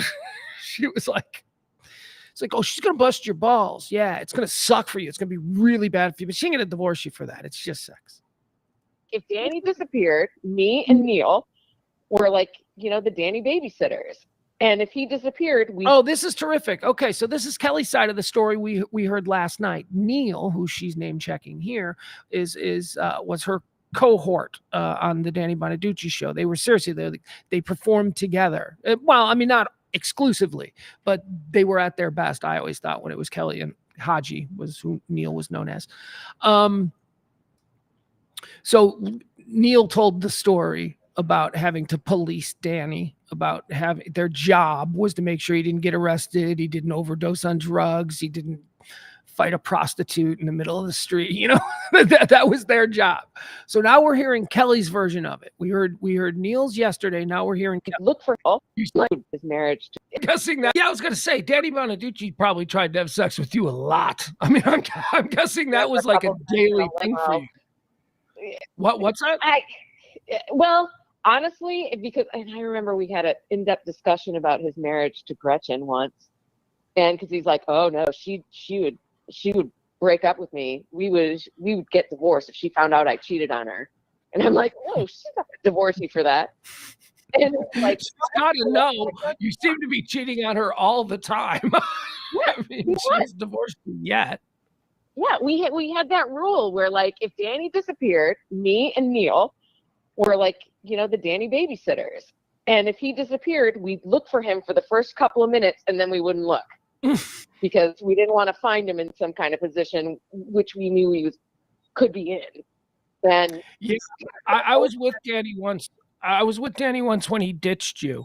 And he ended up getting a bead from a listener in the like basement of the China Club. Okay, so you've heard me tell this story before. Danny comes from behind the curtains, and I'm sitting there hanging out with Artie Kennedy, and Kelly comes running up. She's like, "Where's Danny? Where's Danny?"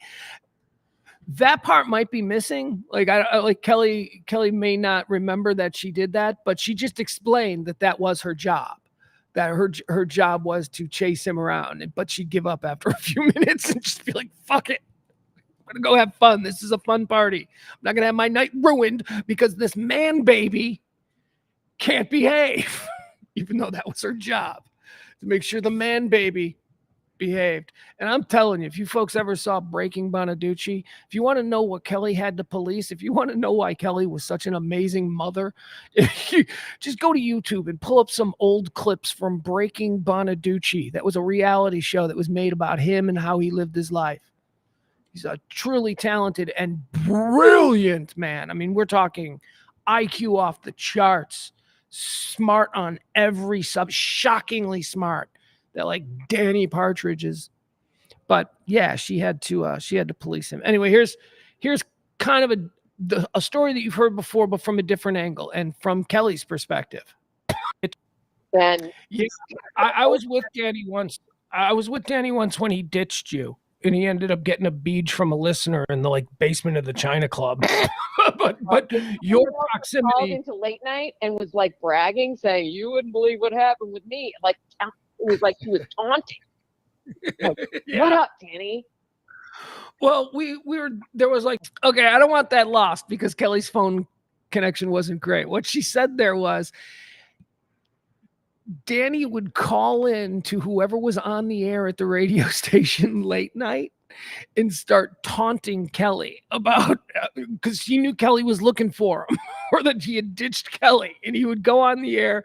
Well, here, I'll let Kelly tell it again, but that's the context. So Danny, after ditching Kelly, Kelly would be driving home or whatever, listening on the radio, and she would hear the one that got away being on the Eddie Schwartz show, which was the overnight show, being like, oh my God, I had a crazy night tonight. And Kelly's white knuckling it on her way home back to the suburbs going, son of a bitch, he better not wind up in jail.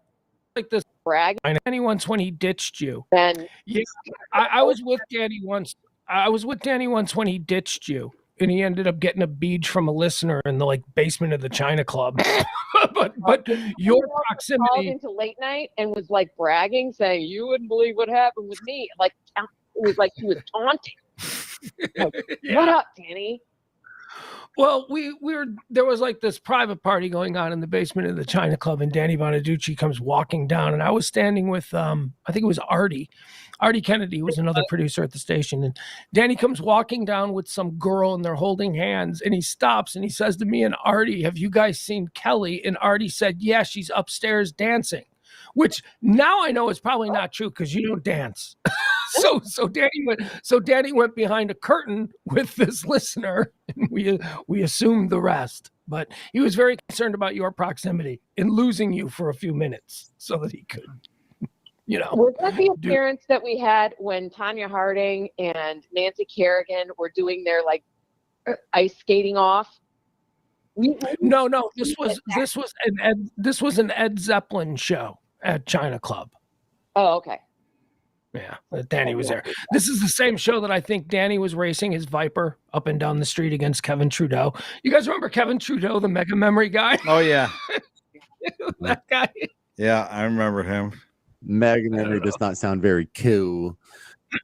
He was a late night guy. He was a big supporter of our station, or Danny Bonaducci's show. I mean, that's really kind of he came in. But I remember we used to have him on because he had these like weight loss pens. You could smell you'd smell your way to weight loss. Doing these things. And then before that, he had the Mega Memory thing, which I'm Kevin Trudeau. I can remember anything. He was like, on late night TV. And I was just a young intern, and he got off the elevators, and I was sent to go get him. And I go, Mr. Trudeau, you come this way. And he turns and he tries to say my name, and I go, "You don't remember my name, do you?" I just thought that was so funny because he's the Mega Memory guy. You don't remember my name. So on live, I want to be clear. I love Danny. He did a lot to help me. Not in that way, but like in terms of hiring and teaching and learning. And I still say no one has ever sent me more flowers than Danny Bonaducci has. Whether it's thanks or I'm sorry. That's kind of well, yeah. He did a lot of bad things, but at least he knew that he felt sorry for it. So that's good. That's better than a lot of bosses. People. I do think he cares about people. How is his health? I know we've been monitoring that. The recent update that I had heard within the past couple of months. All right, I want to stop sharing this because this was something that we learned about last night from Neil. Neil, who also is referred to as Haji, Neil was on with us last night. And Neil is the one who is still Danny's best friend, who is still in constant contact with Danny.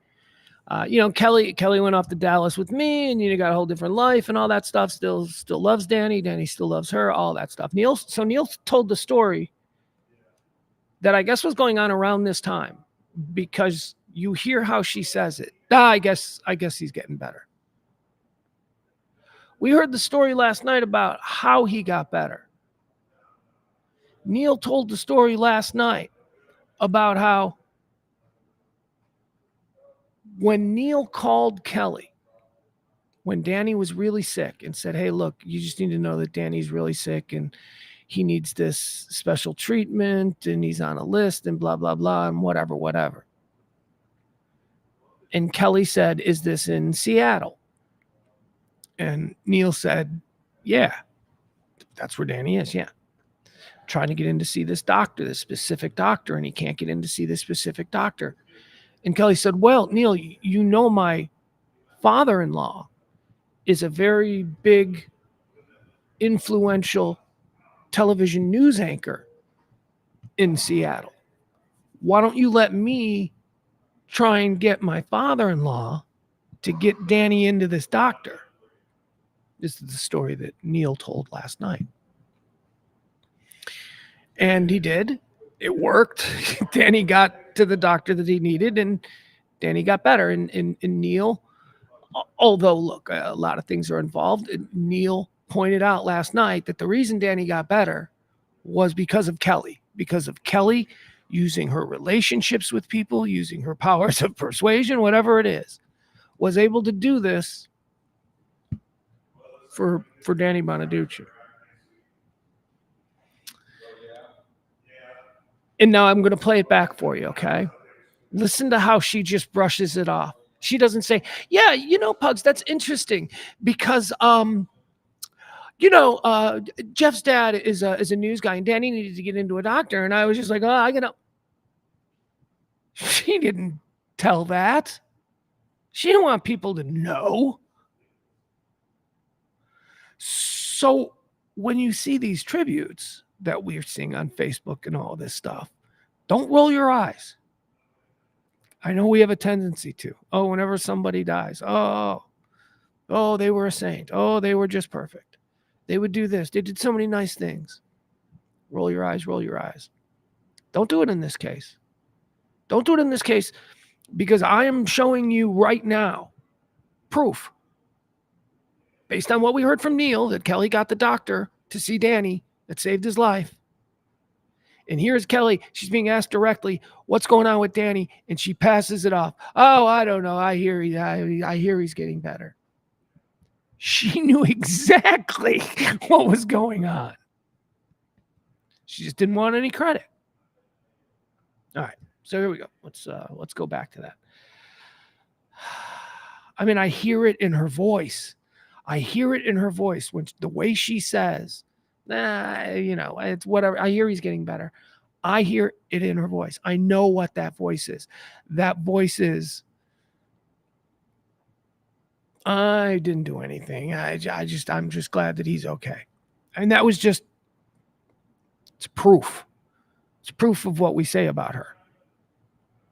Here we go. Let's listen to that again. Yeah. He did a lot of bad things, but at least he knew that, he felt sorry for it. So that's good. That's better than a lot of bosses. I do think he cares about people. How is his health? I know we've been monitoring that. The recent update that I had heard within the past couple months was improving. Okay. Danny Bonaducci has a mystery disease that has kept him off his radio show, and he's been in a hospital now on and off for a few months, right? That's that would have been her opportunity to go because of the doctor that I got him to see, because of my connections, because of my father-in-law. And you heard she was struggling with how to answer that because she thought that might be interesting. People might like to know that, but then she immediately thought, yeah, but I don't want credit for that. I don't want people to know. Listen to her struggle. Is that right? We've been monitoring that. The recent update that I had heard within the past couple months was improving. And she's just acting like she's so detached from the whole thing. Well, the recent, and I just Googled it, the recent update that I have. The recent update that I had heard within the past couple months was improving. Okay. Danny Bonaducci has a mystery disease that has kept him off his radio show, and he's been in a hospital now on and off for a few months, right? That's do I have that right? But we don't know what it is. I believe so. Yeah. I don't like to Google that because I just wait to hear from people. I hear you, man. Talk to them. Can I go? Yeah, James, please. Okay, so Kelly, I've talked to Pugs about this 1,000 times, and Abel's been in the conversation, but I've never talked about it with you. And it's, we all have sort of the recency bias, contemporary bias. And when I was on the show, 2002, 2003, 2004, 2005, you look around and you got Howard in the morning, which was kicking ass. You guys were doing good in ratings and revenue. Russ was doing good in ratings and revenue. I would have never guessed that this station would be gone in 2008. And that's what the tragedy is what the hell happened? It seemed like this is a station that just, if it could hold it together, it could dominate for 10, maybe 20 straight years with this lineup. And it fell apart in 3 years. And it wasn't because I left. So no, it fell apart over the course of probably 3-4 months. Right. So let me hear your explanation on the title of the show. Who killed Live 105.3? Yeah, let's hear. Let's hear you, genius. We disagreed. We disagreed privately on this. Okay, shut up. You don't know what you're talking about. All right, let's listen to her stupid half-baked excuse. Well, if we start from mornings up, David Lee Roth certainly did not help. When Howard When Stern he- went to satellite, right? Oh my God, that was the worst show. There was instability in the morning day part, which is the most important morning day part on a radio station. So there was rank instability there for a number of years. And then, okay, here we'll equate this to my world. I'm mostly a big Real Housewives fan. There are many cities that it's part of. It's on Bravo. There's a saying, whenever any housewife, like their contract's up and they give an ultimatum to Andy Cohen or Bravo, saying, I'm not coming back unless, this person's fired, I get $1 million. Whenever they say that, they're gone. And I think there was some, Russ is still dead, right? Yeah. So, yes, he's still dead. Yeah, he hasn't come back yet. No. Okay, so I think sometimes people are allowed to run amok and they get used to what they ask for, that they get what they ask for. But sometimes it just becomes like, how did we get here where all of a sudden, we're getting cars or free lunches or whatever it is, where it becomes, he has too much power. And then you find yourself. All right, let me paraphrase what Kelly is saying here about why 105.3 fell down. And boy, oh boy, this is also something that she would love. She loved it when I paraphrased her. But because I've had more conversations with her, what she's saying is essentially, in her mother hen way, the reason that 105.3 fell apart was because we idiots with dicks couldn't keep our shit together. That is essentially what she is saying. People got too big. People started making crazy, outlandish demands. They all started acting like they were rock stars when in fact they were just talk show hosts in Dallas. I mean, my God, the egos went nuts. So that's what she's saying. She's saying the reason, ultimately, she believes that it was just because, from the perspective of her, a mother, the children just got way too unruly and ruined everything. Oh, I'm going to say abusive situation, where you're in an abusive situation, but you justify it. Well, but then this is okay, but then this is okay. And then all of a sudden, I'm getting groped in a studio and it's like, how did I get here? Like, how did every little step seem to get further and further from what everyone else would consider to be normal? And I think it just got a little bit extreme, and I think some people got in trouble for it. And I don't think Russ's arrest helped that much, but it also didn't hurt that much because he didn't get fired. So I don't know. I just think it just seems like everything went haywire and turned upside down. There was a confluence of events that took place over the course of 3 or 4 months. And the first of which was, yeah, when people ask for things at first, it's like, hey, I want an intern to go and get lunch. Yeah, that's fine. That's normal. But then it gets pushed and pushed and pushed. And I think that Russ would a lot of times focus on us when he was mad at things. Or somebody would call in and be like, hey, Russ, did you hear what fucking Kelly had to say about this? Like, egg him on. All right. So Kelly is talking about a situation where, and I don't think this was something that Russ was demanding. And I don't think he got it, but he wanted to have his pre-show meetings fully catered every day, mind you. He needed a snack delivered every day for the entire staff of his show. Don't think that people from the outside, but a snack during the middle of the show, and then after the show, full dinner. So that's what he wanted. That's what Kelly's talking about here. Kelly, that's why she didn't want to go into the details, but what she essentially was saying here is that it's one thing to ask an intern to go pick up lunch, and then she's like, she doesn't give examples. She just goes, and then this thing, and then this thing, and I just told you what she was talking about there. It's like, oh my God, please just shut up. Leave me out of it. Yeah, for some reason, there was a confluence of events that took place over the course of 3 or 4 months. And the first of which was. Yeah, when people ask for things at first, it's like, hey, I want an intern to go and get lunch. Yeah, that's fine. That's normal. But then it gets pushed and pushed and pushed. And I think that Russ would a lot of times focus on us when he was mad at things. Or somebody would call in and be like, hey, Russ, did you hear what fucking Kelly had to say about this? Like, egg him on. And it's like, oh my God. So, okay, here's what this is about. They wouldn't let Russ have the lunch thing. It was like they were going to stand firm on that hill. And they're like, Russ, this is just stupid. We'd have to hire somebody to do this full time. This is dumb. We're going to pay you the money you want or whatever.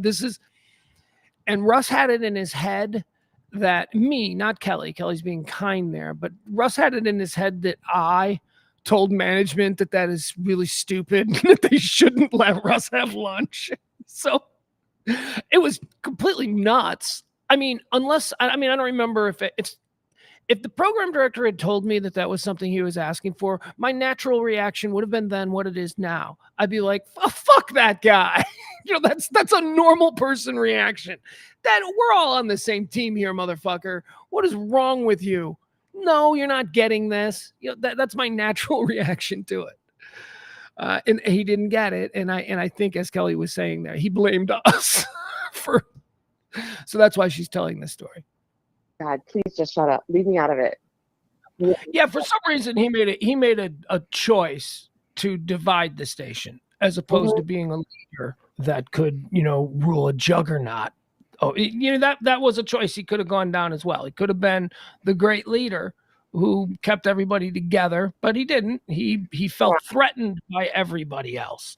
Everybody else was a threat to him and his crown. I was talking about the confluence of events that I think took place in a fairly short period of time. The first of which was, if you must understand that the marching orders for 105.3 was to compete against the ticket. Okay, that's why it was built. It was built to take that lucrative ticket audience. That's who they were going after. Then the Dallas Cowboys became available.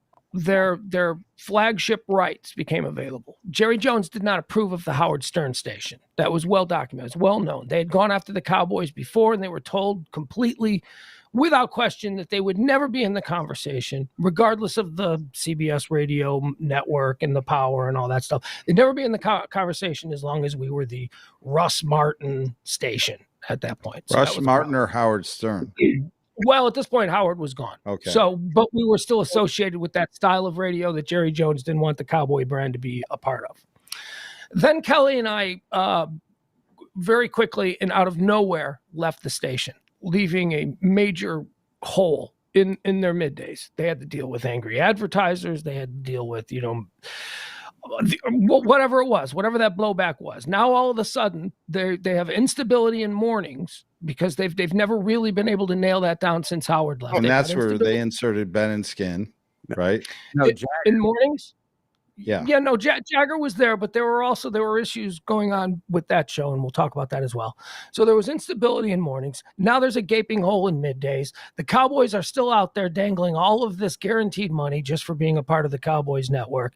Russ Martin, a month after we walk away, gets arrested for beating up his girlfriend. Okay? So now you've got a gaping hole in middays. You've got instability in mornings, and you've got higher ups in CBS radio going, wait a second.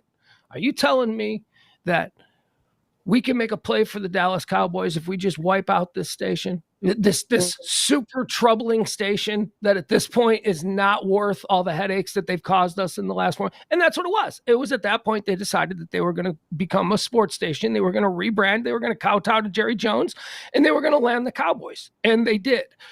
That's not the entirety. I hope I didn't just give up the big reveal for who killed 105.3, but that is a very strong, that's an economic based radio theory as to what happened. But there's a whole bunch more that goes into it. Kelly? Well, there's also the time, don't forget, about the Super Bowl with Janet Jackson and Justin Timberlake and how that threw CBS into a freaking tailspin. Yeah. We weathered that.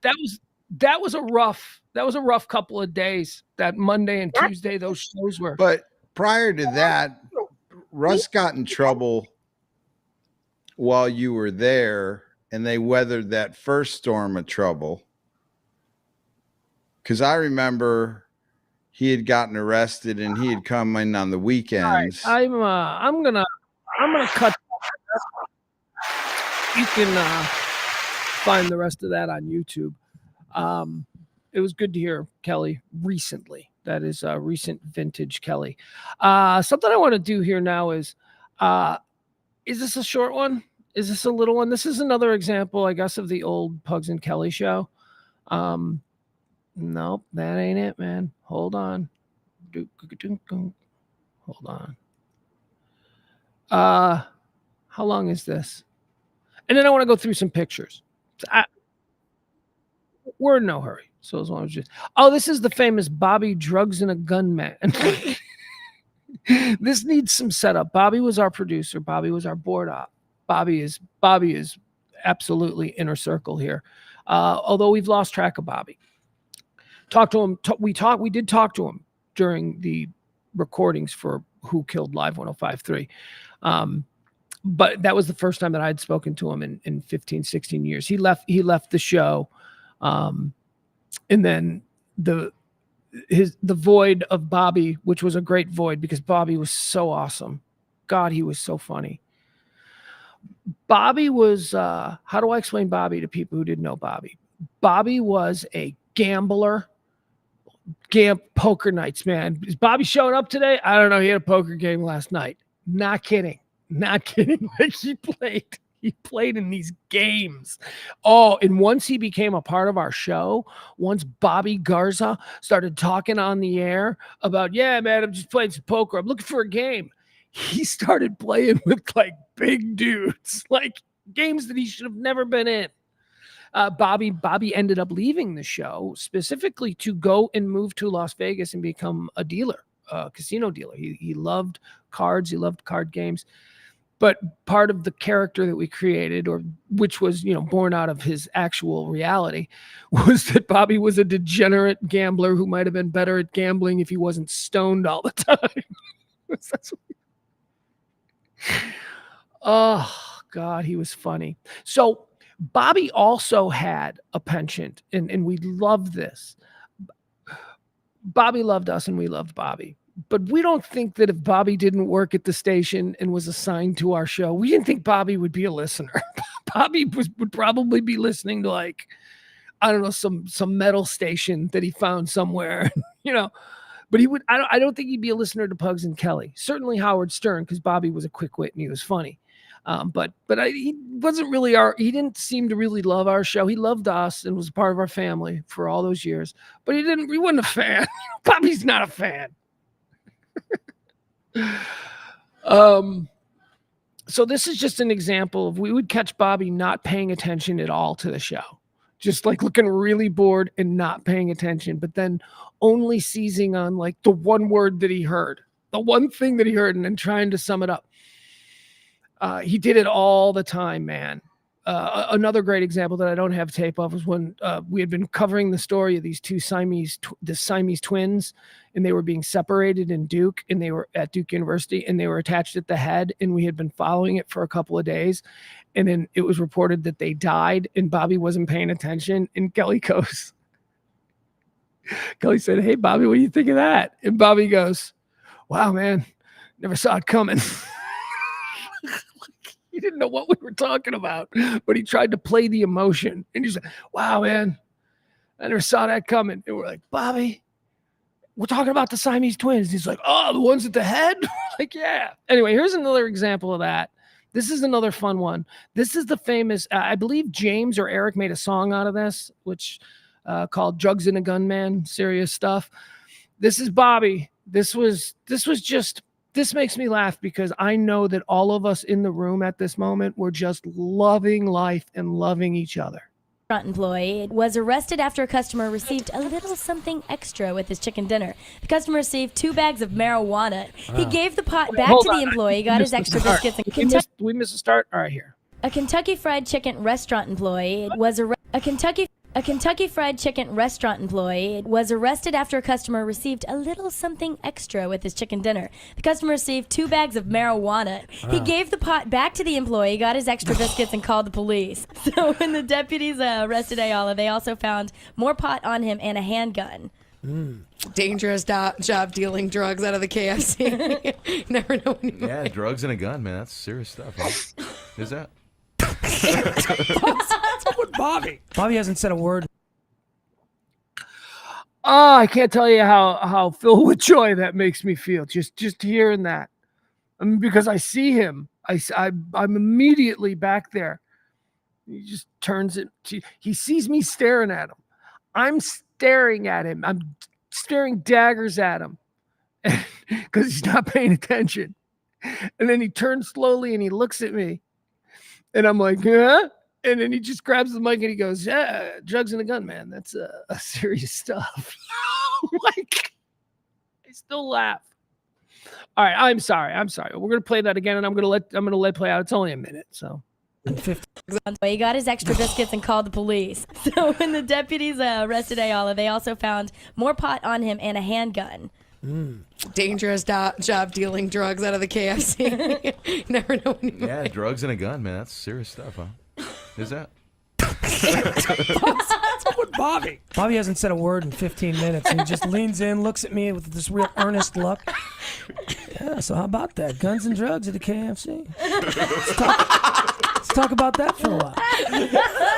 What do you think about that? Did you see how he was looking? I know.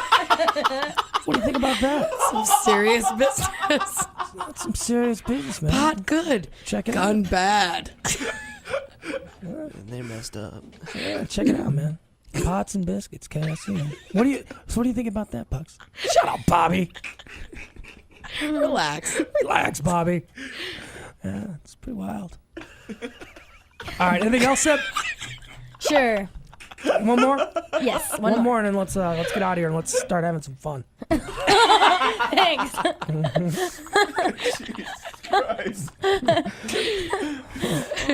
right, do I get my sound effect? Okay, reverse. Jeez. All right, this one's out of Detroit. That's pretty wild how we did it in reverse. What do you think of that, Bud? Some serious business. Trippy. Let's you and I just have a little talk.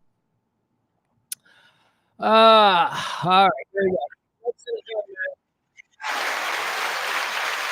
Drugs and a gun, man. Serious stuff. The great Bobby Garza. Let's do some pictures, huh? You want to do some picture? What is this? What is Russia? Oh no, we don't need that. So here's what I'm going to do now. We're going to go through some pictures. These are I told the story earlier today.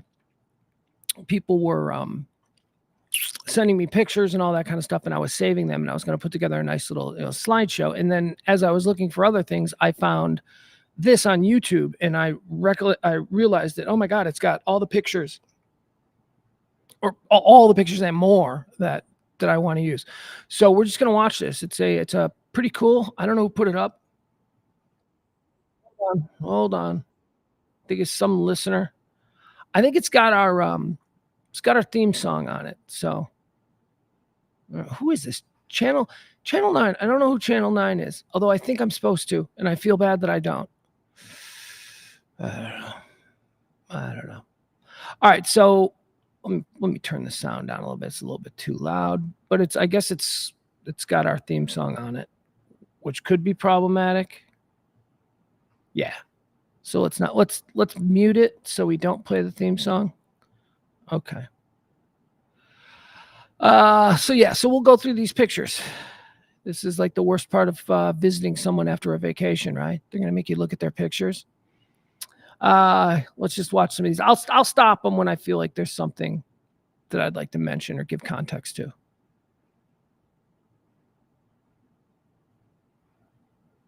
Yeah, that's Kelly. I'll freeze it there. That's Kelly. She's obviously announcing at one of our dodgeballs. Just another absolutely beautiful picture of her. Pete's Piano Bar. Kelly at Pete's Piano Bar. Lispy Lynn, another early era 105.3 dude right there. He went up to the big time. He went to the Whack Pack Big. Let me tell you a story about Lispy Lynn. Lispy Lynn would go on to be a member of the Howard Stern show, the Howard Stern Pack. I forgot what they called him on Howard's show. He had a different name. He was Lispy Lynn here in Dallas. And he had become a part of the Ron and Don show, the midday show that preceded us. And when we walked into this town, the station, they were going to let us do anything, but they were highly recommending that we keep using Lispy Lynn, who was a really nice dude. He's passed on now. He was a really nice dude, and he was a listener of the station who became popular because he had a speech impediment. And the midday show, Ron and Don, like to talk to him on the air, and they'd be like, "Ah, man, we can't understand what the guy's saying." You know, it's that 90s whole thing. And they were like, "Yeah, you should really use Lispy. Oh, he's great. Oh, you can really have a lot of fun with him on the air." And I remember it was Kelly who was like, "So what does he do? Is he a comedian or something?" They're like, No. He's got this. You see, he's got this incredible speech impediment. And he's really funny. I mean, he's seriously fucked up. And so you just put him on there." And I remember Kelly just being absolutely fucking appalled at that. Because that kind of thing, although, Howard had some real fun with Hank the Angry Dwarf and Beetlejuice and all that stuff. That shit was funny to me. But that wasn't the Chicago school of shock radio. That Chicago didn't do that. That was a Howard Stern thing. And the reason that other shock radio stations around the country would adopt those kinds of tactics was because of the Howard Stern influence. There was no Howard Stern influence in Chicago. Chicago had Steve Dahl and Gary Meyer. Chicago had Jonathan Brandmeier. Chicago later had Mancow. These are all people who every time Howard tried to come and break into Chicago would get his ass kicked back to New York, because people in Chicago had been listening to this kind of challenging, provocative, lifestyle-based talk radio for decades, since the 1970s. And as had New York. New York had Imus, and New York had other things. But because of Howard's national syndication, he influenced so many other shows, the way shows comported themselves. And we just didn't do that. We didn't ever do that. If somebody was a part of our show and was a part of it for legitimate reasons, and they happen to have some kind of a handicap or whatever, then fine. But it was the idea that they wanted Lynn just thrown onto our show because he talked funny was so unbelievably offensive to Kelly. And that's why Lispy didn't appear on our show. Lispy was not banned from our show. Lispy called in. Lispy was a caller. He could call whenever he wanted. He came out to things. And we were great with him. We were nice with everybody back then. But we were not going to just put him on the air because Ron and Don had used him. What was done, however, on my end, and I did this because Kelly suggested it, but I sent an email to Gary Delabate at the Howard Stern Show, because I knew that they did this. This is what they did. And Lynn was a nice dude. And I don't know that that's the reason, but Gary and I had a relationship and all that stuff. And Lispy did end up going on Howard. And I forgot what his name was. Does anyone in the chat room know or remember, anyone from way back then, what Lispy's name was on Howard Stern? Let's see. Pugs,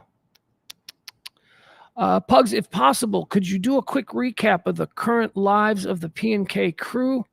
Who lives where? Careers, if no longer in radio? Well, let me tell you something, Camden. Have I got some news for you? If I got some big news, which does allow us an opportunity. And thank you, Austin, for providing this for us to talk about why we're here and why we're doing this today. Let's see. I'm here. I do a live stream every day with Radio Misfits, radiomisfits.com. Sybil is currently between jobs. Sybil was like dominating on radio here, but because of the crazy business of radio, Sybil is no longer employed. Kelly died Monday. James is doing afternoons on 93.3. You can listen to him 2 to 5 every day. Paco died. And Lacey is still working with me, and Cody is in Washington. There you go. You're all caught up. I don't mean to be glib or crass, but yeah, Austin. So Kelly died. My partner Kelly passed away, and that's why we're doing this. So thank you for stopping by, and thank you for sharing some of these memories with us.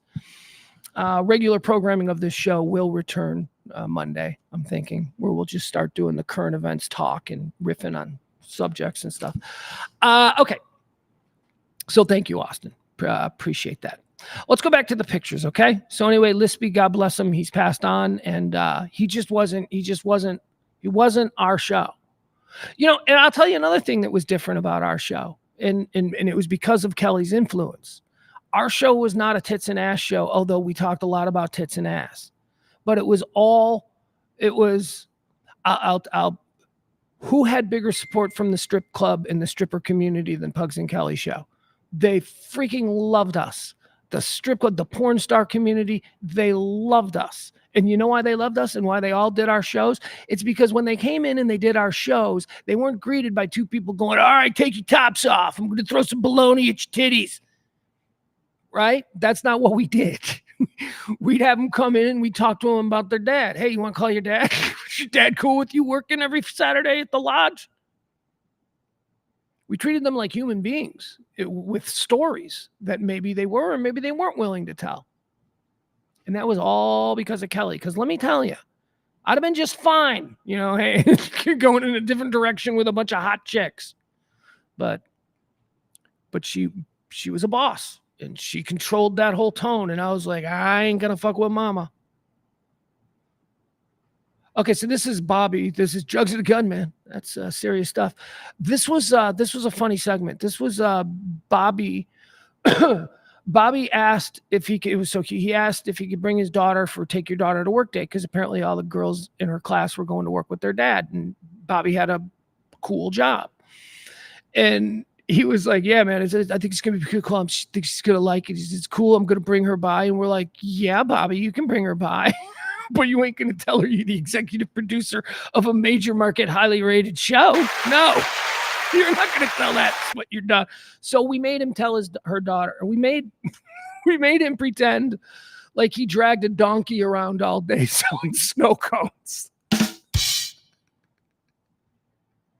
And there she is. And this is a picture of Bobby, Take Your Daughter to Work Day. Now, just so you understand, she, of course, knew it was a bit. She knew what he did for a living. But it was just the funny concept that we would just humiliate him in such a way. But he was in on it. Bobby was a gamer, man. Bobby was funny. Bobby would do anything for money. Look at, there they are. Take Your Daughter to Work Day. There's a snow cone machine. We actually rented a snow cone machine. And Bobby stood out there on the corner with a donkey selling snow cones to people who came by with his daughter, this little girl there. This is what daddy does. I don't know. There's some of the sexy stuff. Okay. We were, after all. Oh, that's interesting. That's Opie. When Opie was banned from CBS radio from WNEW, Opie and Anthony, tremendous influence on us. Just great people. They looked out for us at a time when, it's another one of those reasons why we weren't afraid of Russ Martin.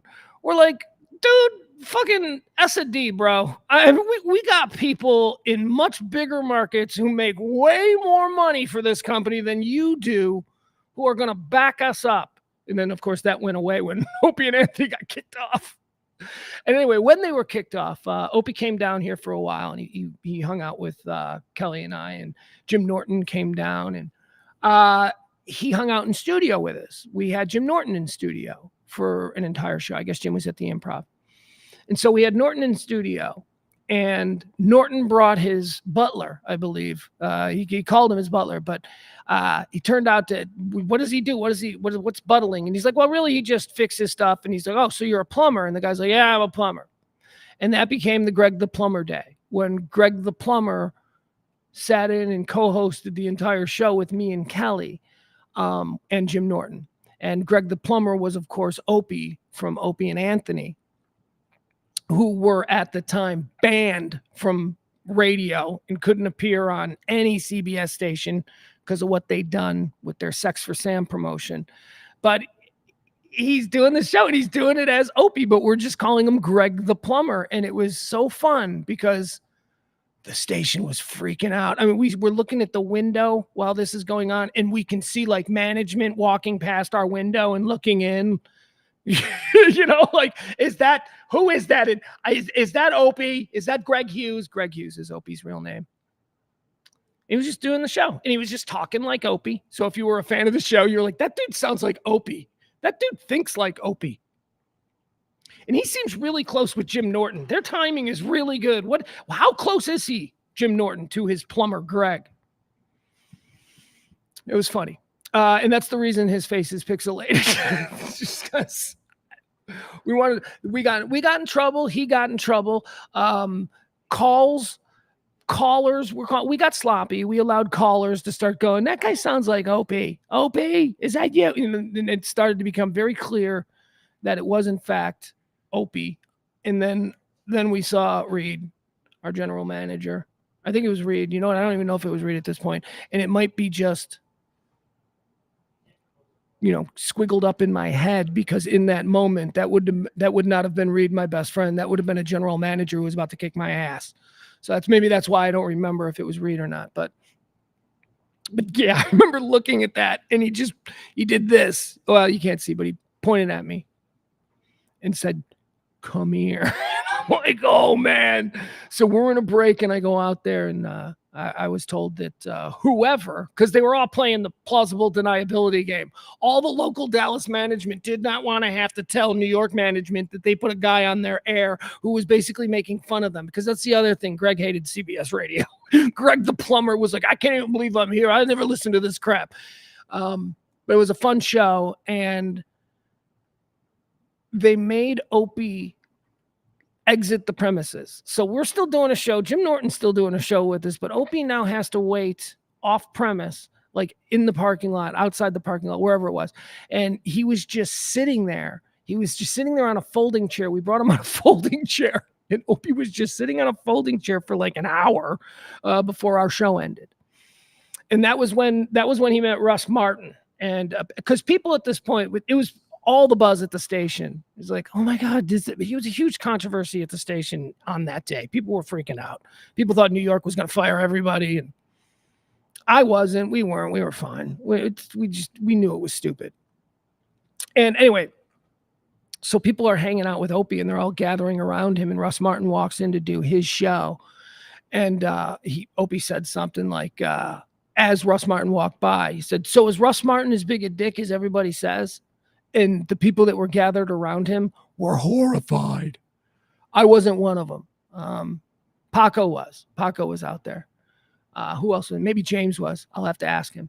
But Russ Martin walked by, and Opie took that opportunity to say, is Russ Martin as big an asshole as everyone says he is? That was fun. So anyway, that's from this day. This was a very big day. Big controversy. There's another picture of Ope. It's me and Kelly in studio. Yeah, we don't need to remember font. Well, Jesus, look at me. What am I, an asshole? There's James and Nikki McKibben. We love Nikki. Nikki was what she come in second on American Idol, the year Kelly Clarkson won or whatever. Nikki's another tragic figure in the history of the Pugs and Kelly show. Nikki passed away very young, but she was a delightful person who definitely had demons.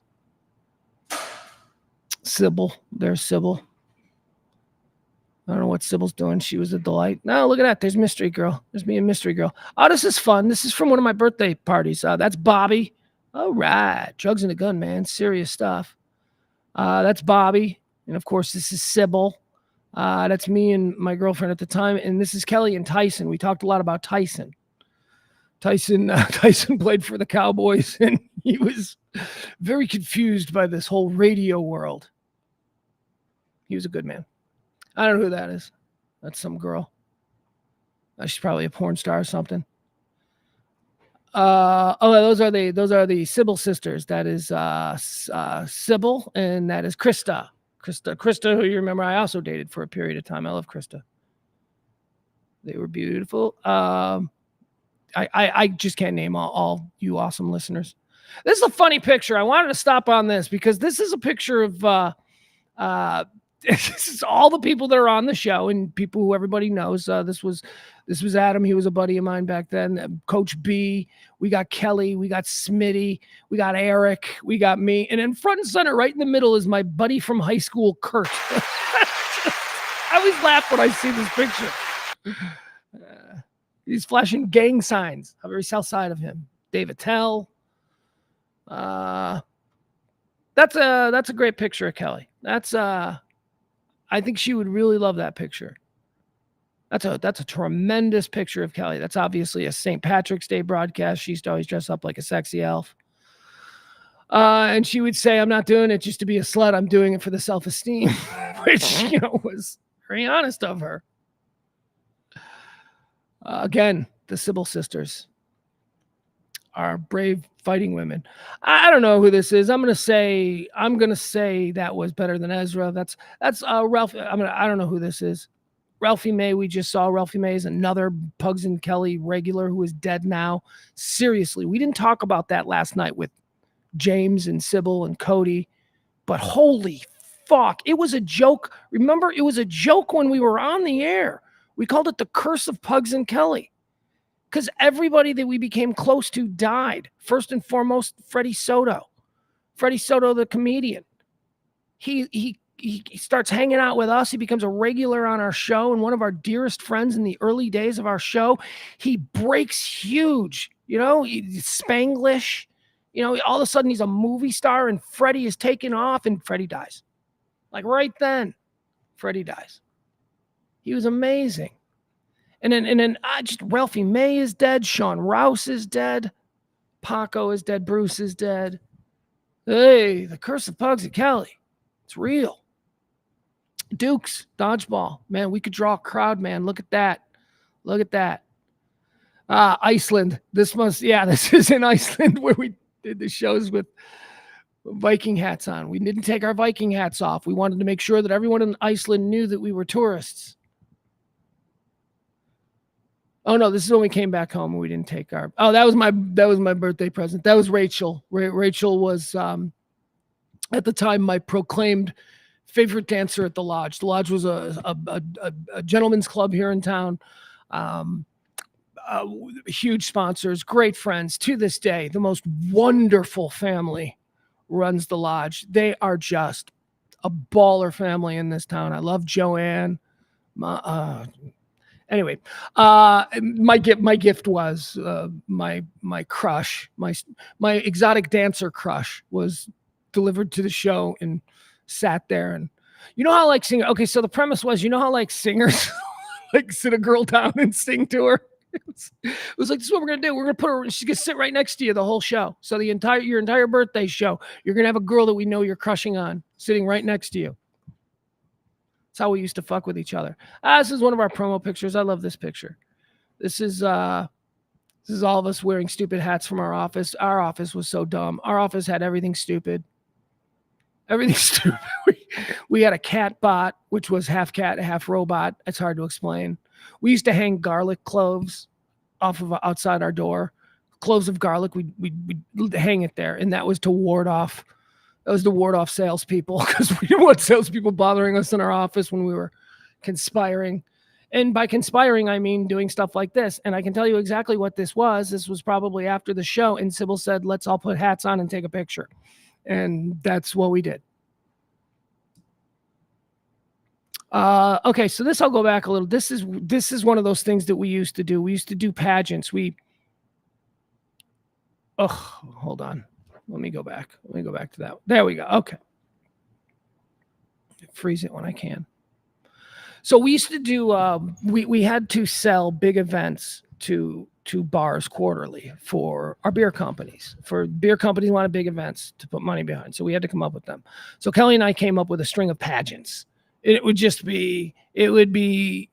all going out to the bar and we're going to have a Miss Dallas pageant. Or, we're going to have a Miss Collin County pageant or whatever. But it wasn't that. We were always like, no, we need to have fucked up like pageants. We need to come up with. And this was one that was super successful. It was our most successful pageant. And that's quite disturbing. You couldn't do this now. This was our jailbait pageant where we had women who looked underage. And we had them on stage and parading in negligees, and it was very weird. This was our winner of the jailbait pageant. I don't remember her name. She was a lovely girl. She was actually like 25 or something, so don't freak out. But yeah, no, it was Jailbait. What else do we have? We had Jailbait. You guys in the chat room, if you can remember what some of the other pageants were, because I just can't. I only remember the Jailbait one. MILF. Yes, I remember the MILF pageant. That was great. The MILF pageant was another big one. But Jailbait, you can only do it once, as they say, before people start talking. And even in 2006, it was a little too much. Kelly, that's me. That's Rachel. Rachel was our top sales girl of the Pugs and Kelly show. We owe her a whole lot. When we first came here, people don't want to sell a new show. People think, well, I don't even know anything about them. How am I supposed to sell them? Rachel took on that task, and Rachel made us all rich. Well, for a period of time anyway. Rachel was great. There's Kelly being a terrible dancer.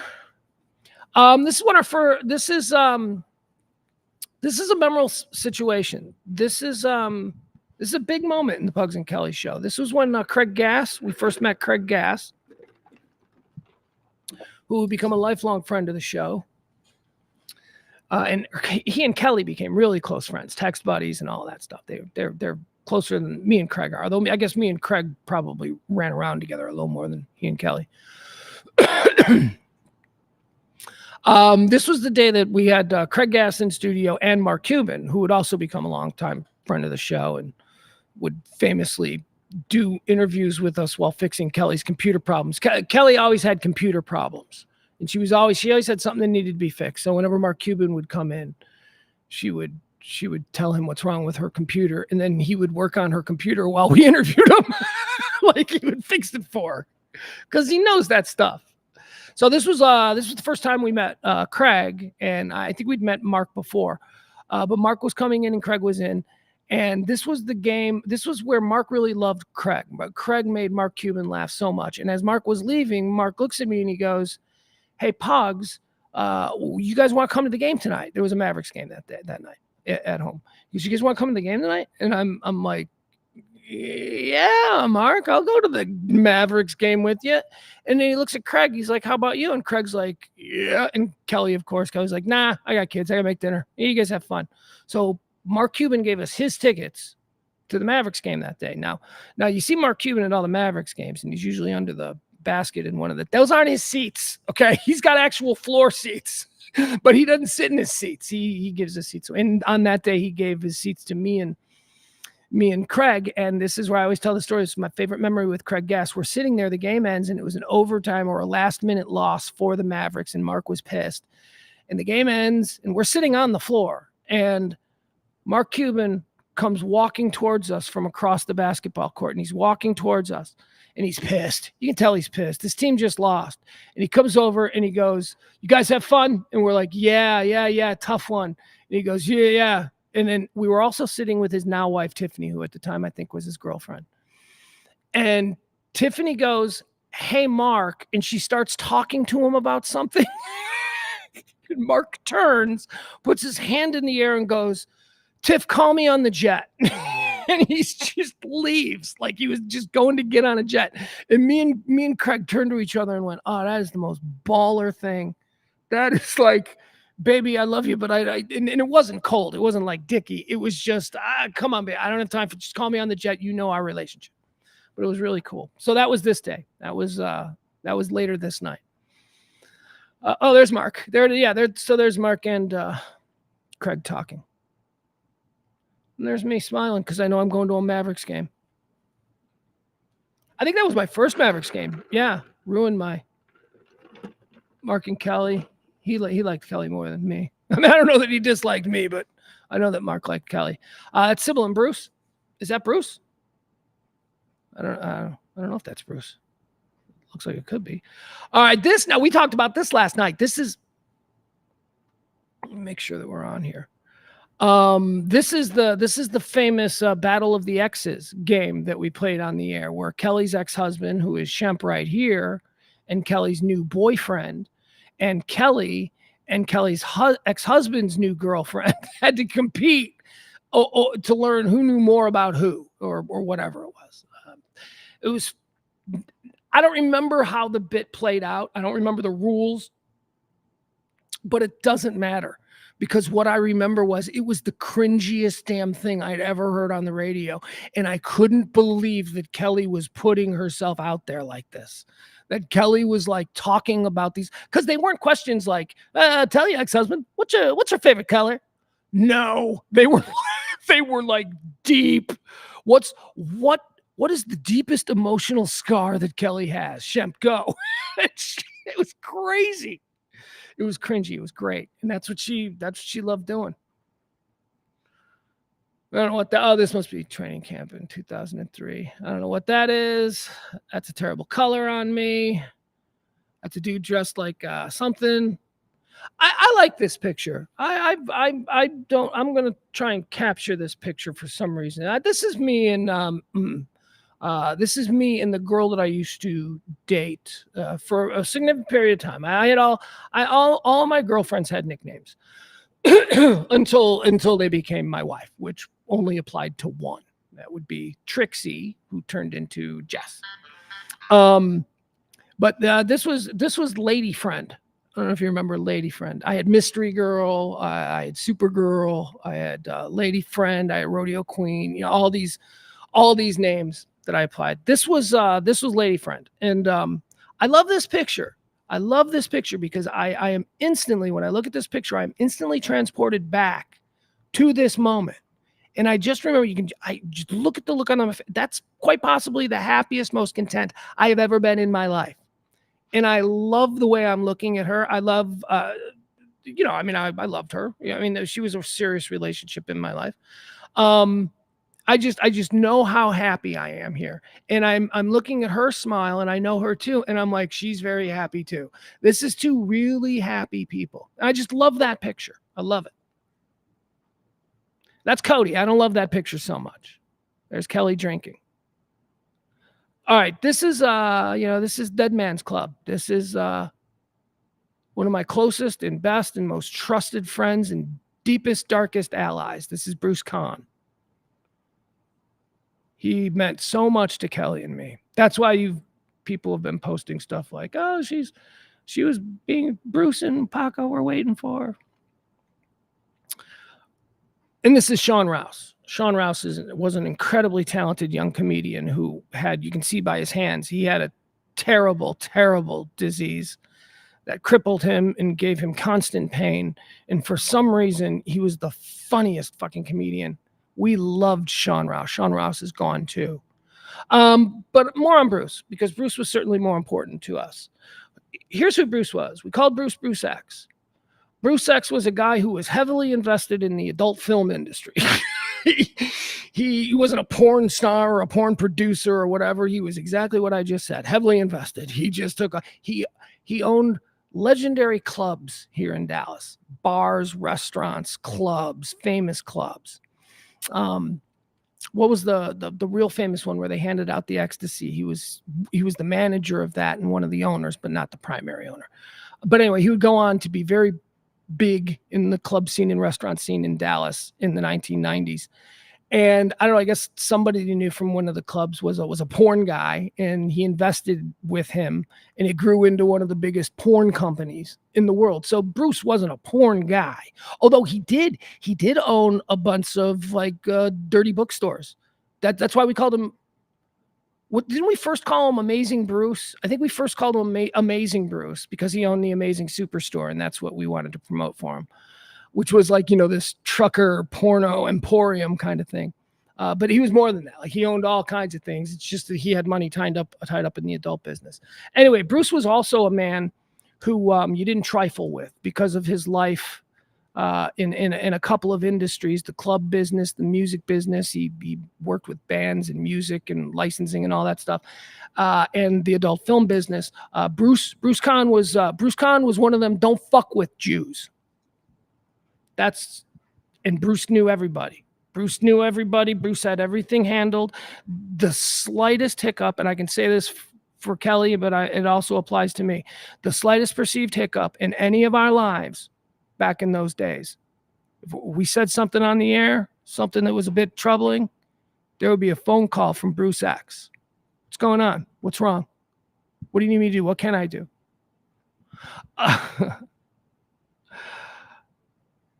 I'll give you an example of Bruce X and who he was as a guy. We share another mutual friend, but I won't say any names. We share another mutual friend who was going through a difficult divorce. And this mutual friend had an accident in his home and was injured and couldn't move. And all he had was his cell phone. And he, I guess, I don't know if he called or whatever, but he texted Bruce while he was laying on the floor. He texted, emergency, need help, come to house ASAP. That's all Bruce got. And Bruce showed up at the house. And as the story goes from these two, and I don't know if they're in cahoots or whatever, but Bruce showed up at the house with like a shovel and a chainsaw because, as Bruce said, he thought he finally killed that bitch and he was going to help him get rid of the body. Bruce is dead now and Bruce is burning in hell. But man, was Bruce a good ally to a lot of you too. A lot of you people in the nerd herd, you knew Bruce. Bruce took care of people. Bruce, I'm not going to say, I'm not going to say organized crime or anything like that. I don't know what. I'm just telling you. Any situation you found yourself in back then, if it was a squirrely situation and you could use Bruce Kahn's name and you were dealing with somebody of importance, they'd be like, oh, Kahn, huh? Okay. He was a great guy. We loved him. He's gone now too. Cancer. He died of cancer. He told all of us that he was just cashing out and he was going to go live in some mansion on the ocean in Belize and he was going to play with dolphins for the rest of his life. He was just going down there for a little bit. And we're like, all right, man, good for you, dude. We're like, we got a fucking place we can go in Belize now and pet dolphins. I'm thinking awesome. No, Bruce had been diagnosed with terminal cancer and he just wanted to go down there and die alone because he didn't want anybody helping him. So that's who that guy is. And when people say, or when you hear people say that, oh, I'm sure Bruce was waiting for Kelly. Yeah, you're damn right.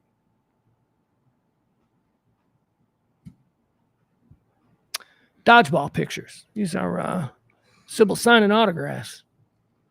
Our dodgeball team, Team Pugs and Kelly. We got Eric on the end. We got Cody leaning down. We've got Adam. We've got James. Adam was a ringer. He was a good player. We got James. We got me. We got Kelly playing dodgeball. Look at us. There's Cody slipping on something. Frank Caliendo with us. Look at me. Look at me. Tenacious D. No Jack, just Kyle. That's what radio gets. If it was TV, they'd get both. Tenacious D. This picture is also one of my favorite pictures. That is young Paco. Young Paco. When I picked him off the phone lines, I picked this kid off. That's obviously Ron Jeremy and Kelly. Kelly and Paco are both passed now. When I picked Paco, just like Kelly, when I picked him off the phone lines, it was because there was superstar potential there. Such a natural. I just thought he was hysterical. And you know how I ended up meeting Paco? Paco was a 17-year-old high school kid who, along with another dude who went by the name Frank Stallone, would stay up late at night over the summer and prank call our radio show and just fuck with us mercilessly. But he couldn't upset us because he was funny, because we were laughing at him. It wasn't just like, you guys suck, baba boo. It wasn't that. It was Paco just being weird and trying to bait us into conversations and then calling us stupid real backhandedly. He was so funny. And we loved him and we flipped him. We flipped him immediately. He used to always say, he's like, I hated your show until you treated me like a human. I'm like, oh, okay. And then he never left us. He was with us. He was with us all through. Paco was awesome. Paco was amazing. So talented. So proud of him when he was like, I want to be a stand-up comedian. I'm like, what? Okay. My first thought was, because Paco didn't have stage presence. Paco was this guy right here. Paco was quiet. And then you'd walk up to Paco and you'd say, what do you think? What do you think? And he'd say something really funny. And I'd die laughing. And he told me once, he said, and I understand this because I felt the same way about Kevin Matthews. Paco told me once, he's like, man, when I made you laugh, that made me feel like I could do this. And that's how I feel the same way about me with Kevin Matthews. Because Paco was an awkward kid. And for some reason, I believed in him. I mean, I saw it. It wasn't hard to believe in him. I could just guess a lot of people in his life wasn't telling him that he was worth anything. So he didn't go to college. He started interning with us, and he stayed with us and became a writer, and then he became an incredible producer and all this stuff. Then a host of best of shows and all that stuff. He just terrific. And then he went on to do comedy. And within his first year of doing comedy, the Dallas Observer elects him Dallas's greatest comedian or best voice or funniest comedian. That's it, Dallas's funniest comedian.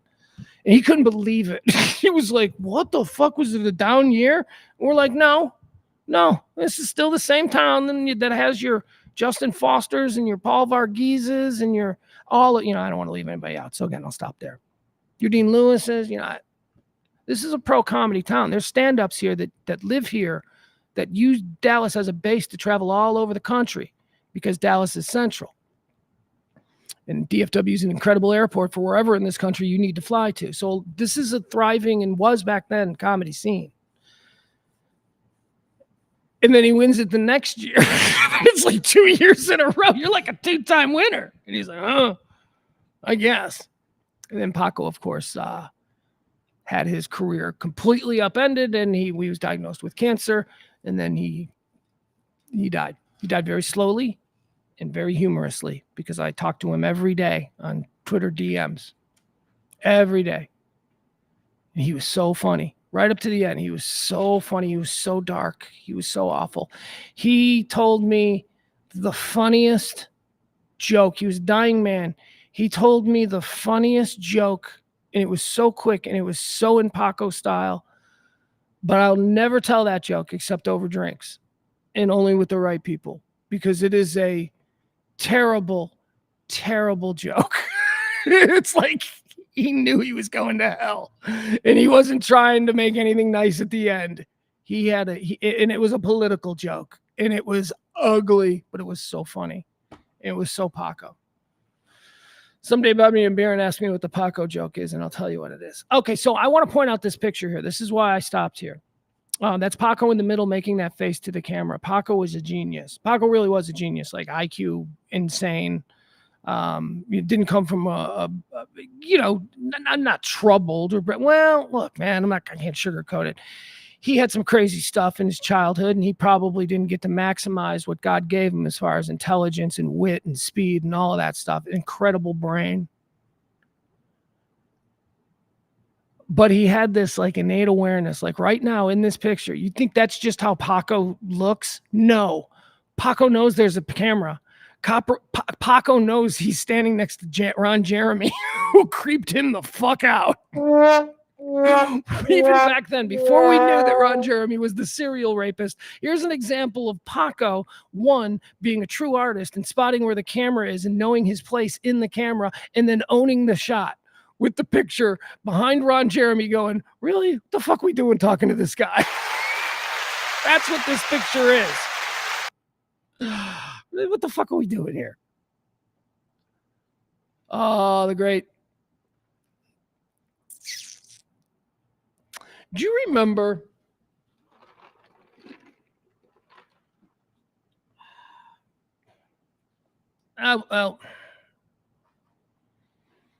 Bob Schimmel? Bob Schimmel was a regular guest on our show. What was everything so sad? Bob Schimmel's dead too. I forgot about him. Bob Schimmel was an incredible comedian. He was one of my favorite comedians in the 90s. So when I got a radio show and I was able to have Bob Schimmel on, I was like, good Schimmel. Schimmel, of course, was most famous at this point for being on Howard's show all the time. Schimmel fought cancer on Howard Stern's show, and he was very funny and very dark and very similar to what I just described about Paco. Bob Schimmel was amazing. So funny. Such a cool guy, too. Such a cool guy. Let's see here. That's Kelly and our buddy Dave. Looks like, that's Tommy. Tommy from Cheaters. It's a regular show. There's Frank Caliendo. There's Kelly drinking again. Yes, we have plenty of pictures of Kelly drinking. Look at that. Look at that right there. Whoa, we got to go back to that. I can appreciate that. She looks gorgeous. She looks absolutely gorgeous. This is an example. You see the wall right behind her? This is an example of what I described, how we would go out and she would hold court. She would make sure that there was a wall behind her so that she had at least one of the three angles protected so that guys wouldn't come by and grab her and try and hug her. And Yeah, it's a good example there. She looks great. I think this is probably bell bottoms. Look at how young and beautiful she is.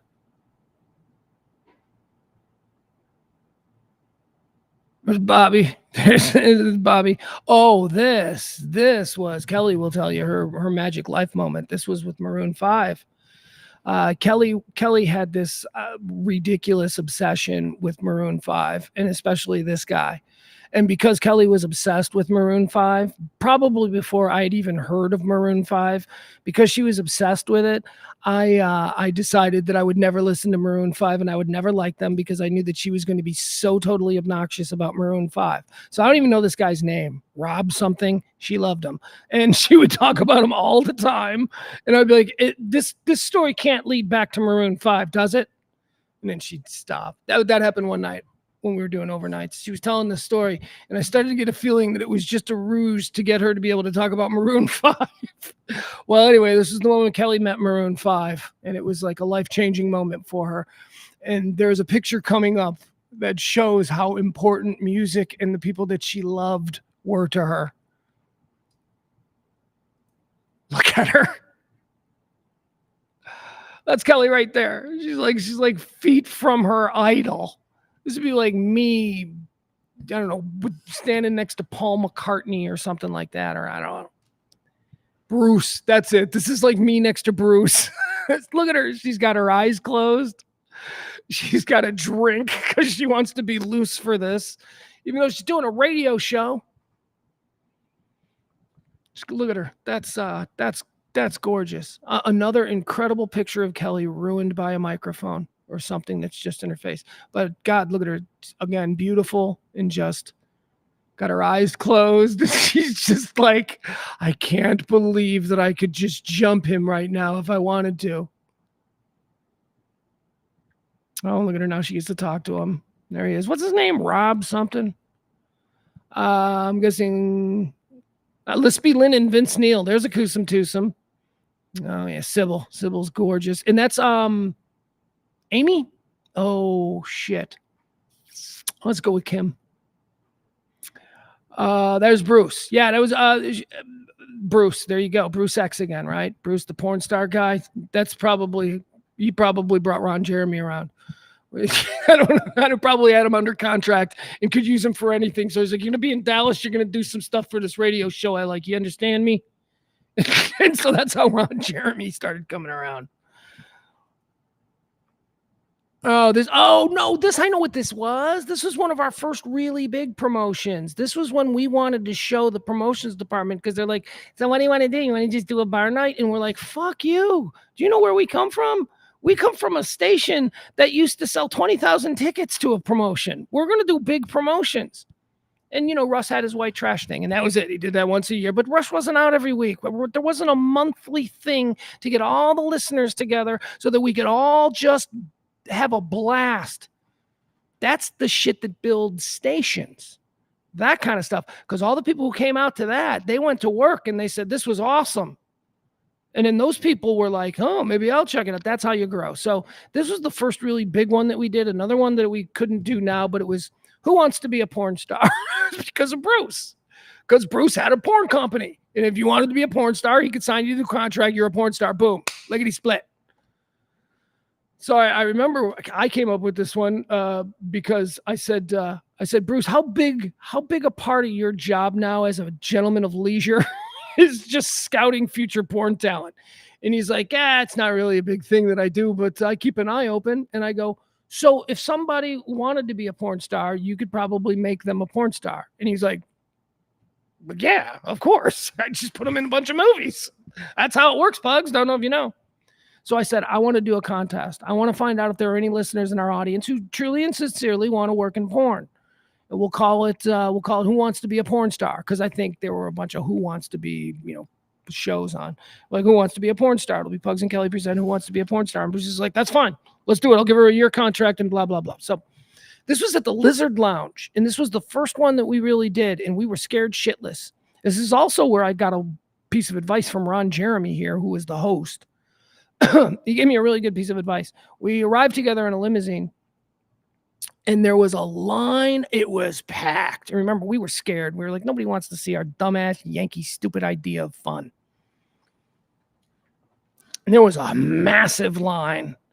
And the limousine pulled up in front of the Lizard Lounge, where there were hundreds of people.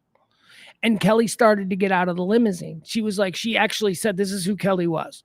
Kelly actually said to the limo driver, no, you don't have to you can just drop us off here. Just drop us off in like a sea of people who are theoretically here to see us and participate in this party that we're throwing, right? I mean, not to see us. I didn't mean it like that, but somewhere. I mean, but a lot of people were there for fun, and that's great. But they were there because of our show doing it. Kelly wanted to be dropped off right in the middle of all that, right in the middle. And Ron Jeremy, sure, you can say he's a serial rapist who'll die in prison, but the man had some good ideas about showbiz. Ron Jeremy said, Kelly, close the door, because let me tell you something. These people are here to see you. Don't show it to them before they have their, don't feed them before they order or something like that. He said something like that. It was stupid. It was Ron Jeremy. What do you want? But it was smart. I was like, I totally get that now. Like if you're doing like a big event, when you go see the band, okay, the band isn't shuffling a concert somewhere. The band isn't shuffling in with you at the gates, right? Like, I'm playing tonight. I hope you guys enjoy it. That's not something that happens. That's not how Kelly thought. It wasn't how I thought. But yeah, no, Ron Jeremy said, always go in the back door. The first time they see you is the first time that they hear that you're actually there, which is the introduction. Ladies and gentlemen, please. And that stuck with me. I'm like, man, that's cool. That's old school showbiz. That's really cool. And we didn't think that way. So anyway, that's what happened here. This was the Lizard Lounge. Who wants to be a porn star? I don't even remember who won. But man, I'm told that there are so many girls who are porn stars, like big ones, that started out like on our show, and I just don't remember them because we had so many like strippers and stuff. We didn't know them, and if they weren't a big porn star at the time, I don't know who they are. Jesse Jane didn't come through our show though. You can't take credit for that. Although there are a couple. If I thought about it, I'd be like, yeah, she was one of ours. Jesse Jane was a friend. Another person who's dead. Another curse of the Pugs and Kelly show. Jesse Jane. Porn star? Sure. But also like really like energetic, fun, loving, giggly, like just someone you wanted in the room. Like yeah, bring that person in here. Let her sit on that chair and just ask stupid questions and make us all laugh. She had, and this is no slight on my now remaining sister, Sybil. She had Sybil energy. So if you know that Sybil energy, Jesse Jane had that just in a different way. So we love her. We wish her well. I don't know. There's porn star doing porn star stuff, or someone who wants to be a porn star doing porn star stuff. There's Kelly. There's Sybil taking a poop. There's Kelly. Kelly and people. One of our party buses. One of the nights we just decided to get a bus. Dad, this boy. Woo! You want to talk about people I'm proud of? Well, there's Chaz. Chaz is. I love Chaz. Chaz is always my cousin. Chaz and I are cousins. We can't say brothers because what would that make Eric? What would that make James? What would that make But Chaz is my cousin. Chaz is my beloved first cousin. He ran promotions at the station and was I'd so love to work with Chaz again. Oh God, he is so fun. He is so yes and he doesn't even know it. Yes and is the comedy technique of taking an absurd premise and saying yes to it and then adding to it. He just does that naturally because that's just who he is and he's just brilliant. But that's not who we're talking about here. This is Adrian. This is Adrian.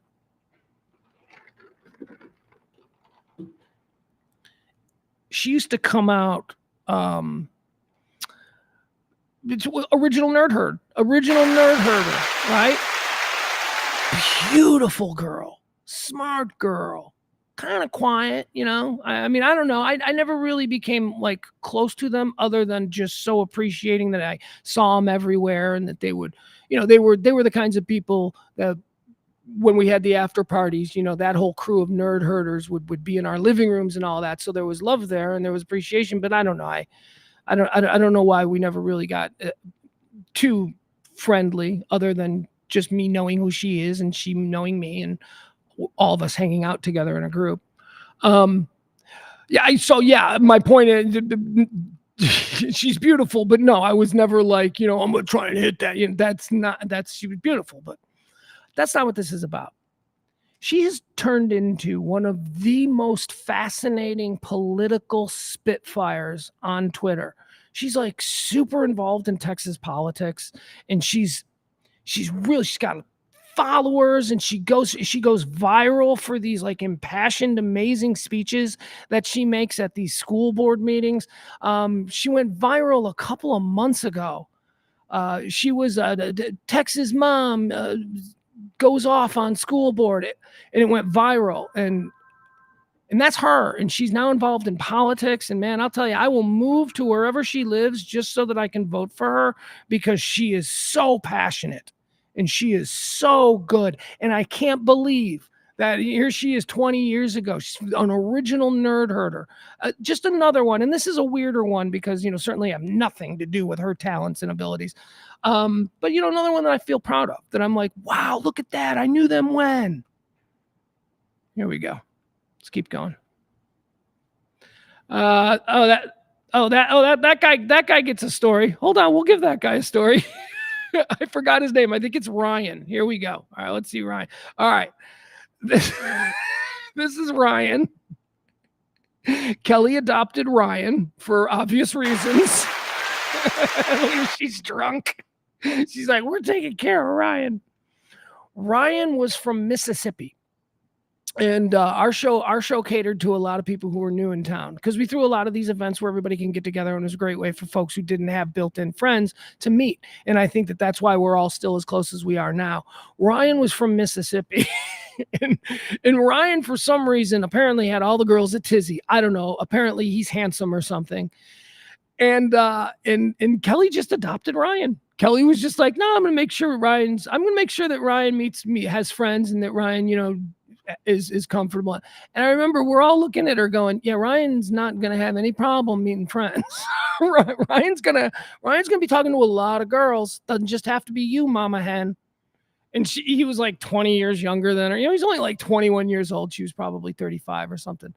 But it was so sweet, and it was so funny, and it wasn't sexual. It wasn't like she was trying, but she recognized that he was super hot, and she didn't, in a catch, maybe that's how she saw him, as a potential catch for a friend or another girl that she would set him up with. Have I got a guy for you? That kind of thing. That's what she did. But here's what we discovered about Ryan that was so funny. And by the way, he was like an engineer or something. He was like a professional with a college degree and a really good job and all that stuff. But we found out that he was like the most Mississippi you've ever, like he was Mississippi through and through. He was like, he said something and I go, what? Like I didn't understand what he said because of his Mississippi accent. And she goes, you just have to trust that he said something smart. Because he had such a thick Mississippi accent. You just have to trust that he said something smart, Pugs. Just don't question the accent. Look at him. So that was Ryan. That's a funny story. Funny memories, and that's what these pictures are for. KJ. Probably planning a bank heist, he and I. It might be Adrian. I'm not sure. There you go. Kelly in her sexy folder, her sexy boudoir pics. She had those pictures taken for Tyson. So, of course, we forced her to sign them for listeners, which I don't think she wanted to do. No, it'd be great for the station, man. If people think they can get that picture of you, they'll really show up. And she's like, whatever. I work out a lot. I'm not a whore. I know. That was somebody. I don't remember who, though. That's another beautiful picture of Kelly. Robbie Knievel. He was so sad. Robbie Knievel did our show a couple of times, and he always brought us down. He always had some kind of real sad story about, because I played this game with her. I'm like, your dad was awesome. Your dad was like a hero to me as a kid. Evil Knievel, poster hung on my wall. I bought his toys. And Robbie would always be like, yeah, well, good thing you didn't have to live with him. And I'd be like, what are you doing, Robbie? The man was a son of a bitch, Pugs. I just want you to know that he wasn't what everybody. I'm like, oh, okay, all right. Robbie Knievel was also a cool guy. He died. Another guy who died tragically young. Robbie Knievel, Captain Robbie Knievel. So fun. Do you remember we played? Remember when he jumped? He did a jump, and it was one of our drops that we played all the time because we loved him so much. He jumped something, and it went wrong, but he survived, and they rushed a camera into him, and they said, "How are you, Robbie?" And he said something like, I don't know. I think I bumped my head. Something might have gone wrong or something like that. Whatever his explanation was in the moment did not match the video that we had just watched. Oh, something went wrong, Robbie. You didn't just bump your head. He was funny. I don't know. Something went wrong. I think I might have bumped my head. We used to play that drop all the time. I don't know. Something went wrong. I think I might have bumped my head. Jim Dunham. Jim Dunham was cool. I don't know who that is. That's me in a Bears jersey. What a cliche. That's Preston Pearson, who used to do sports with us. Former Dallas Cowboy great. Hooters girls, more Preston. Okay, so here we got Lispy Lynn and we've got Jason. Jason worked in promotions with Chaz. We love Jason. I haven't seen Jason in a very long time. He's an incredibly good person. You can tell from that smile. Okay, so this is now going to run into a group of pictures that I want you to. There needs context for this. Okay. Kelly was when it came to talking about sex and the human sexual experience and all that kind of stuff, Kelly was very modern. She was very progressive. She was she was actually like me, although she liked sex. Like she would talk, I just love sex. I don't know why girls have to pretend like they don't like sex. We want it just as much as guys. We just go about it differently. You know, that was kind of her whole thing. But she was very, very, I'm not going to say open because she was honest about what she was okay with and what she wasn't. And she, trust me, she wasn't a freak is what I'm saying, but she loved to talk about the sexual experience and, all that kind of stuff. So very early on, we had to go to a lot of strip clubs. It was just part of the job. It was, they were heavy sponsors and she was cool with it. Like, now in 2024, you can't ask a female to go and do a meet and greet at a strip club. Kelly didn't care. Kelly found it fascinating. And she became friends with all these girls, like all these strippers, they became her buddies. So we started questioning her sexuality open on the show because she didn't have a boyfriend. She was going through a divorce and she was like, hey, everything's open. All options are on the table. And so we used to do crazy shock jock type shows and she was always willing to do it. And this was Jen. This was a lesbian listener. That's Jen on the right. We love her dearly. She was a big part of the original Nerd Herd. She's Jen the lesbian. And we goaded Kelly into making out with Jen the lesbian in front of all of our listeners. And if there was an ounce of, I don't want to do this and I'm only doing this for the show. I mean, I hope you understand that I would have been like, yeah, no, we're not doing that. I wouldn't have even allowed it to be. But I knew that she would be down. I knew that Kelly would be like, yeah, I'll make out with a chick. I don't care. Jen's hot. I like Jen. And Jen was beautiful. That's Jen right there. Big, cute smile. So Kelly was down. So that's the context that you need for these pictures. This is Kelly exploring whether or not now that she's divorced, exploring whether or not she wants to go out with women. There they are kissing. All right, we'll move past that. It was like, I do remember going, Kelly was certainly comfortable with that. There was no awkward. She was special. There's Bobby. There's Bobby drunk. Drugs and a gun, man. Serious stuff. Yeah, that's I forgot his name. Oh, I just remembered. I asked this question earlier. I'm like, did any of our that's Katana. Katana is was an adult film star who I think she won the Who Wants to Be a Porn Star contest. She turned out to be really nice and she didn't do porn long, but she was the first winner. And I think that's backstage maybe, or no, that looks like it's in the station. I don't know why she's naked. We didn't make girls get naked. I'm sure that this was Bruce's idea. Go in there naked. Like, oh, Bruce. She doesn't have to come in naked. Katana was really awesome. I liked her a lot. She was cool. There I am with Katana. All right, there we're on one of our trips. There's Bruce. Bruce was such a baller. We love this about Bruce.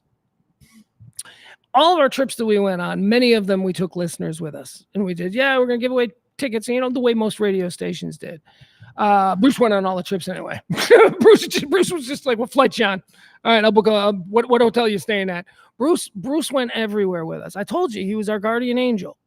And he was also on these trips, and you'll see that's why there was another picture of Bruce and Sybil on some kind of carnival ride somewhere in Mexico.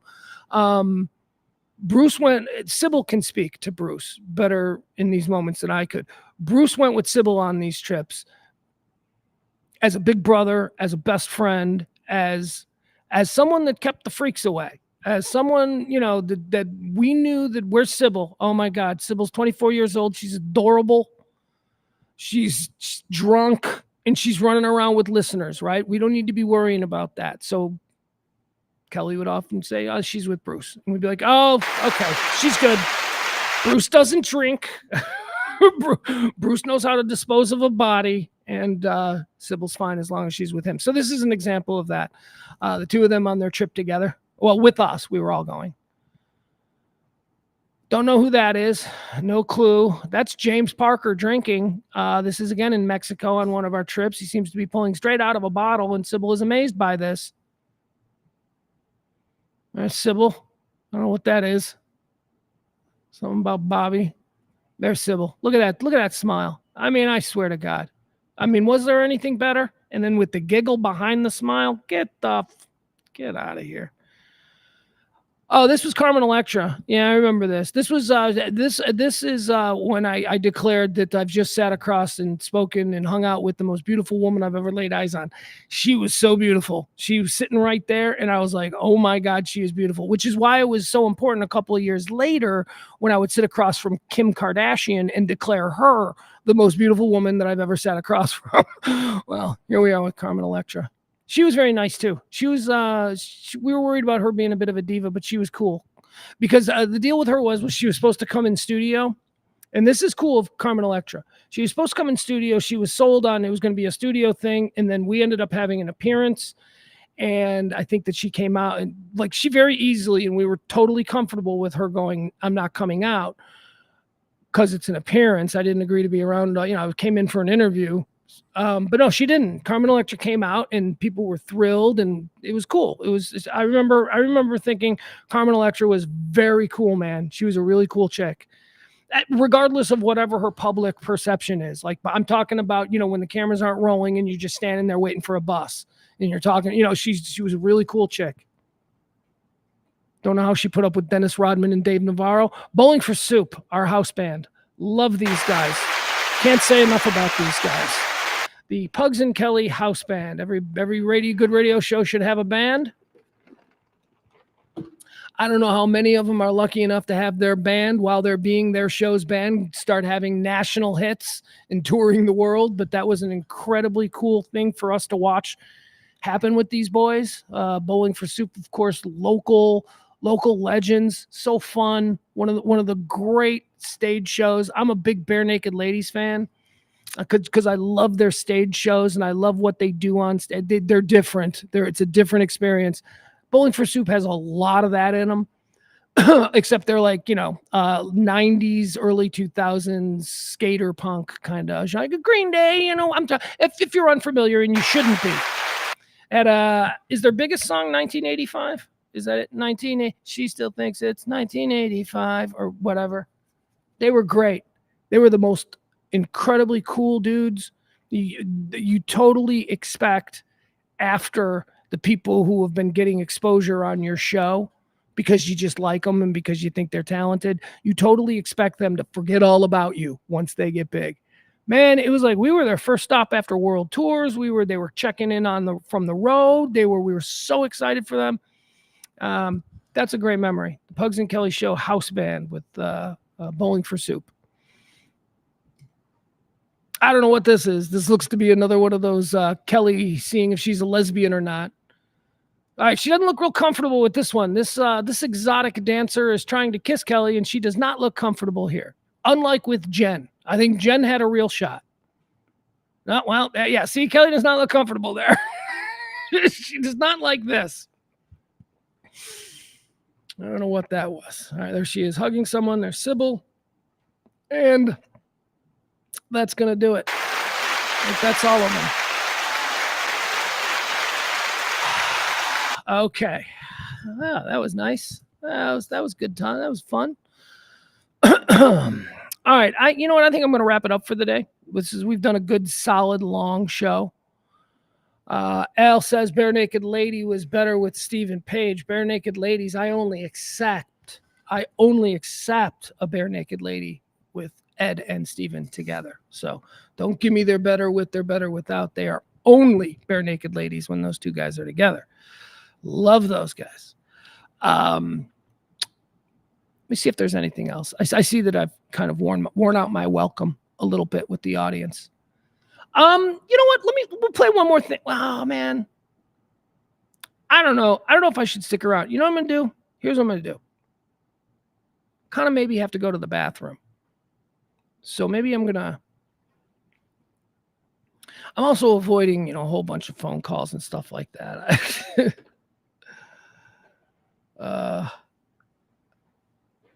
Hold on. Sybil just sent me a text. Once again, I want to remind you, there is a GoFundMe page for Kelly's children. Kelly Mohr, my partner on the Pugs and Kelly show, has passed away. She died suddenly and unexpectedly on Monday.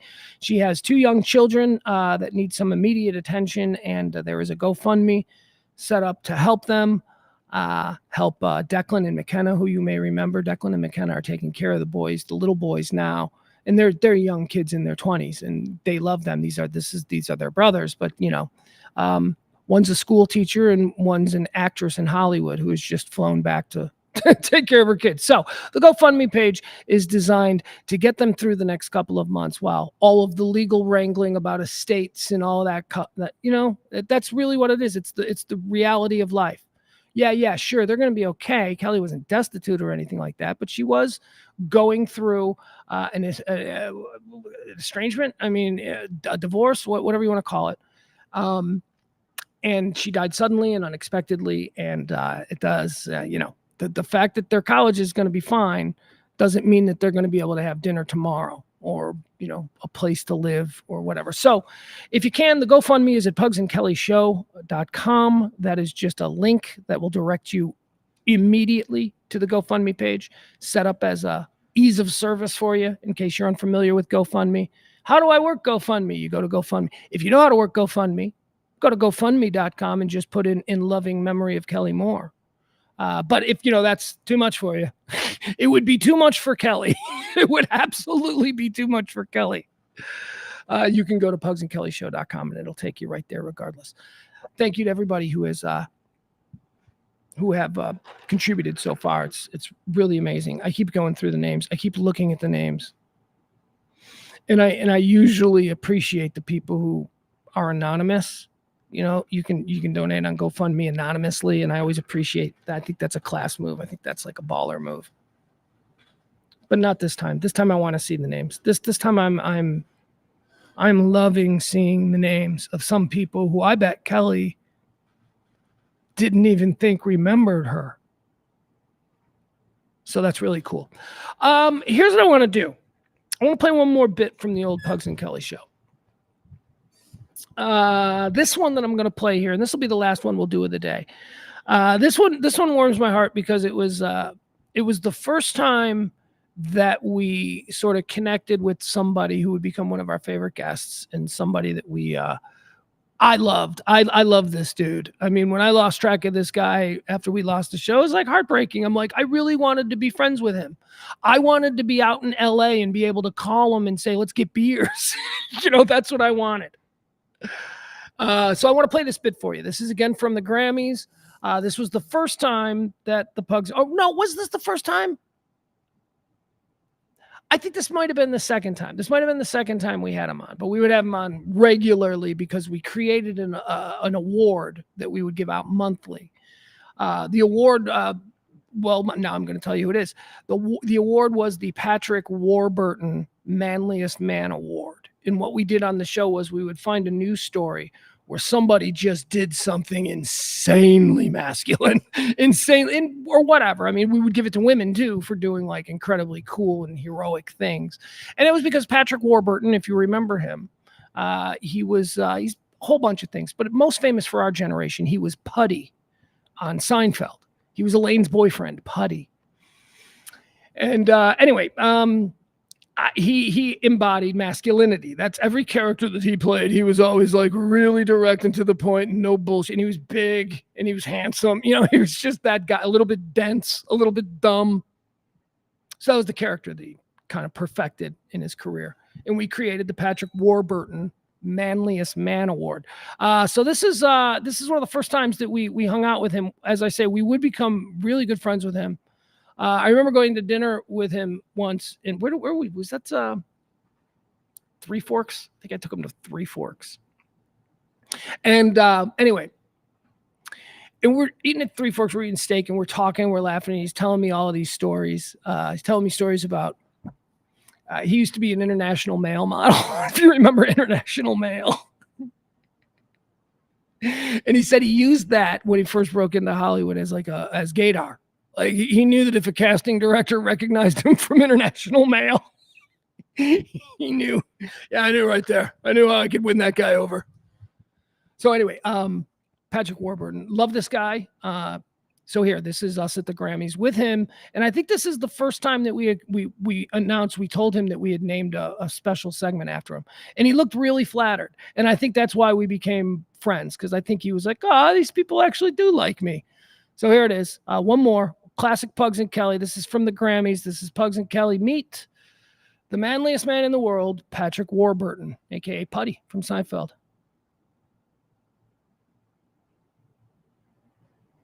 Man. No, text.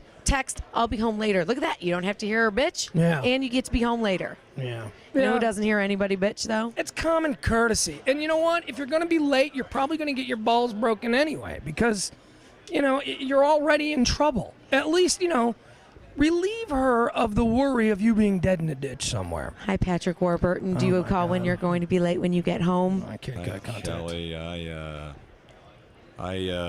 I make the mistake at times of not doing that, and then I get in big trouble. Now, honestly, is it a mistake, or do you just choose not to? Sometimes I just choose not to. If I've really been drinking a lot, then it's a mistake. Yeah. And then, of course, I don't drive. Right. That's the call my wife loves to get. Listen, honey, I'd be safer if I slept on the couch down here. You loser. What if she tear me outside? I'll take a cab home, I guess. I don't know. Well, all right. Just wondering if I do want to point out that you are getting to see the fabled Pugs and Kelly booth at that. There were only like 3 of these, and because we sold the Grammys so hard that they awarded us the booth, and there were some places that other DJs were set up that sucked. They were loud. We had leather seats. It was great. It was like the Frank Sinatra booth. And it's also one of the reasons that we got a lot of the guests that we did, because they just assumed that we were more important because we were in a booth that looked like an important person booth. you called all the time. No. No, you know what? You should. It's a courtesy. No, you shouldn't. No, you know what? Wouldn't you be ticked if she didn't call you? If she was supposed to be home at 10. Oh, now absolutely. It's 11:30. Because you're worried, right? Oh, absolutely. Yeah, you don't have to come home. You don't have because to keep I'm it worried, scheduled. and there's a double standard, and that's the way it is. Yeah. Mm-hmm. And that's why, Patrick, do you realize that we have an ongoing segment on our show that is dedicated to you? Randy, can you hit it for him?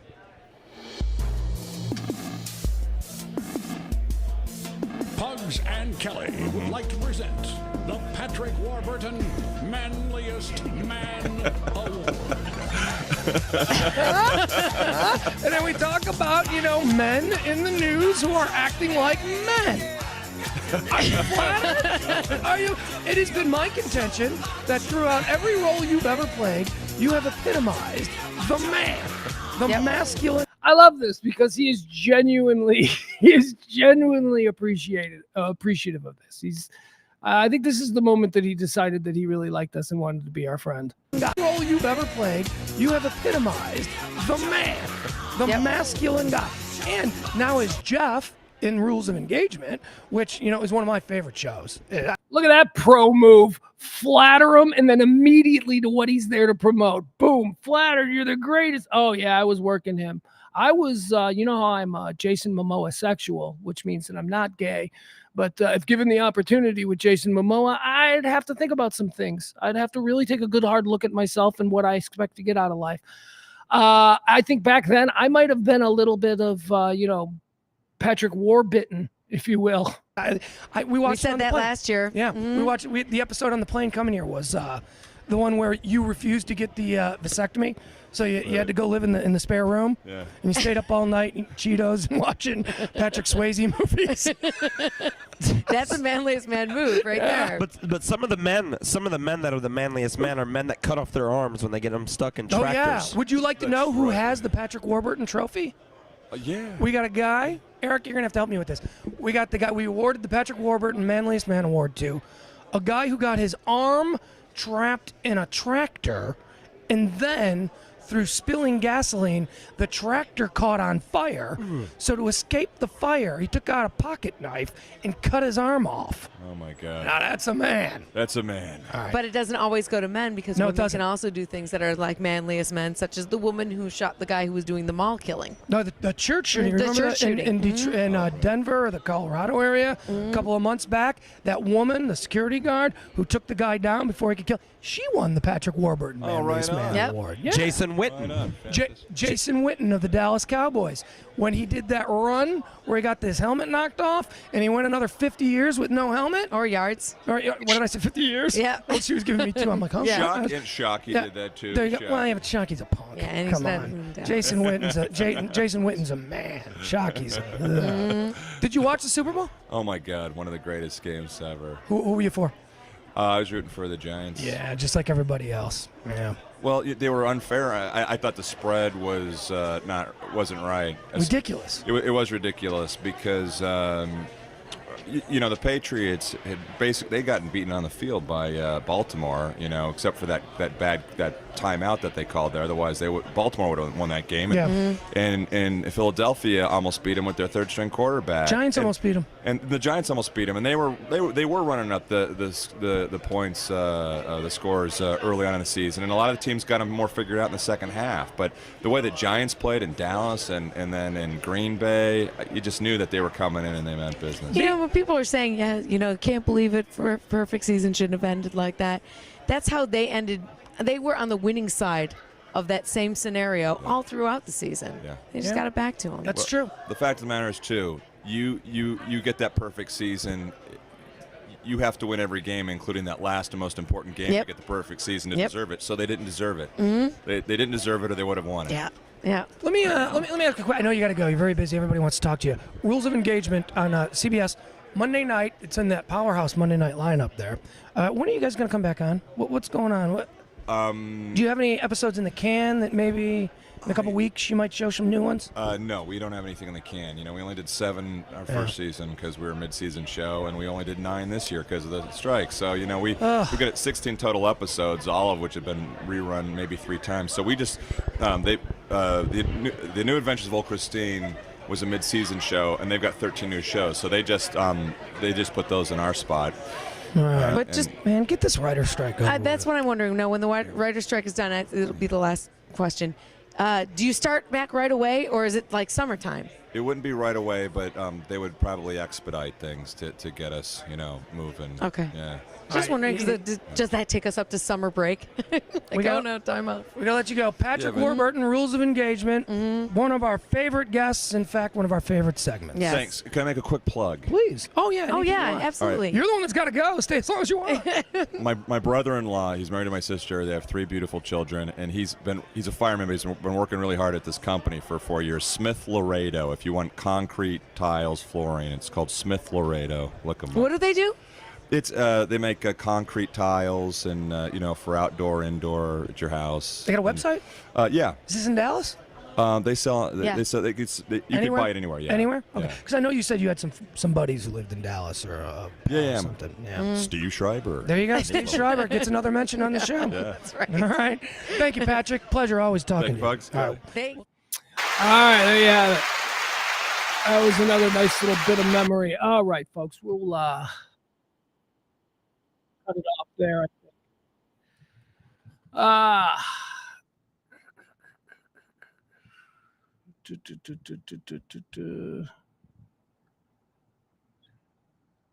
Big Luke just said, "Do it. One more thing." What is that? Why does that resonate with me? Is that a thing that we did? God, see, this is what going through all of these pictures and, spending this time with you guys and talking about Kelly and all that stuff. This is why it's so incredible. Because Big Luke just says something like, "Do it, one more thing." And I'm like, wait a second, one more thing? Was that what? We used to do something called 3 things? I don't know. Whatever it is. All right, folks. Tomorrow, I don't know, I think tomorrow we may do a little bit more of the same thing.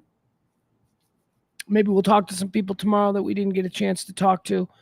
But thank you all so much for participating in this, what has turned into a fairly public mourning of my partner and bestest friend, Kelly Mohr, who passed away unexpectedly on Monday. Once again, I'll remind you that if you want to help him out with the GoFundMe, you can go to pugsandkellyshow.com. It's a direct link. It'll take you right to her GoFundMe page. GoFundMe.com in loving memory of Kelly Mohr. Or just go to pugsandkellyshow.com. It's that easy. So, I think that's going to be it, man. I'm tired. I haven't gone to the bathroom. Do you know that I signed on today at 3:00 thinking I should probably go to the bathroom before I do this? And I haven't. And you didn't need to know that. That was too much information. But isn't that what Kelly would have wanted?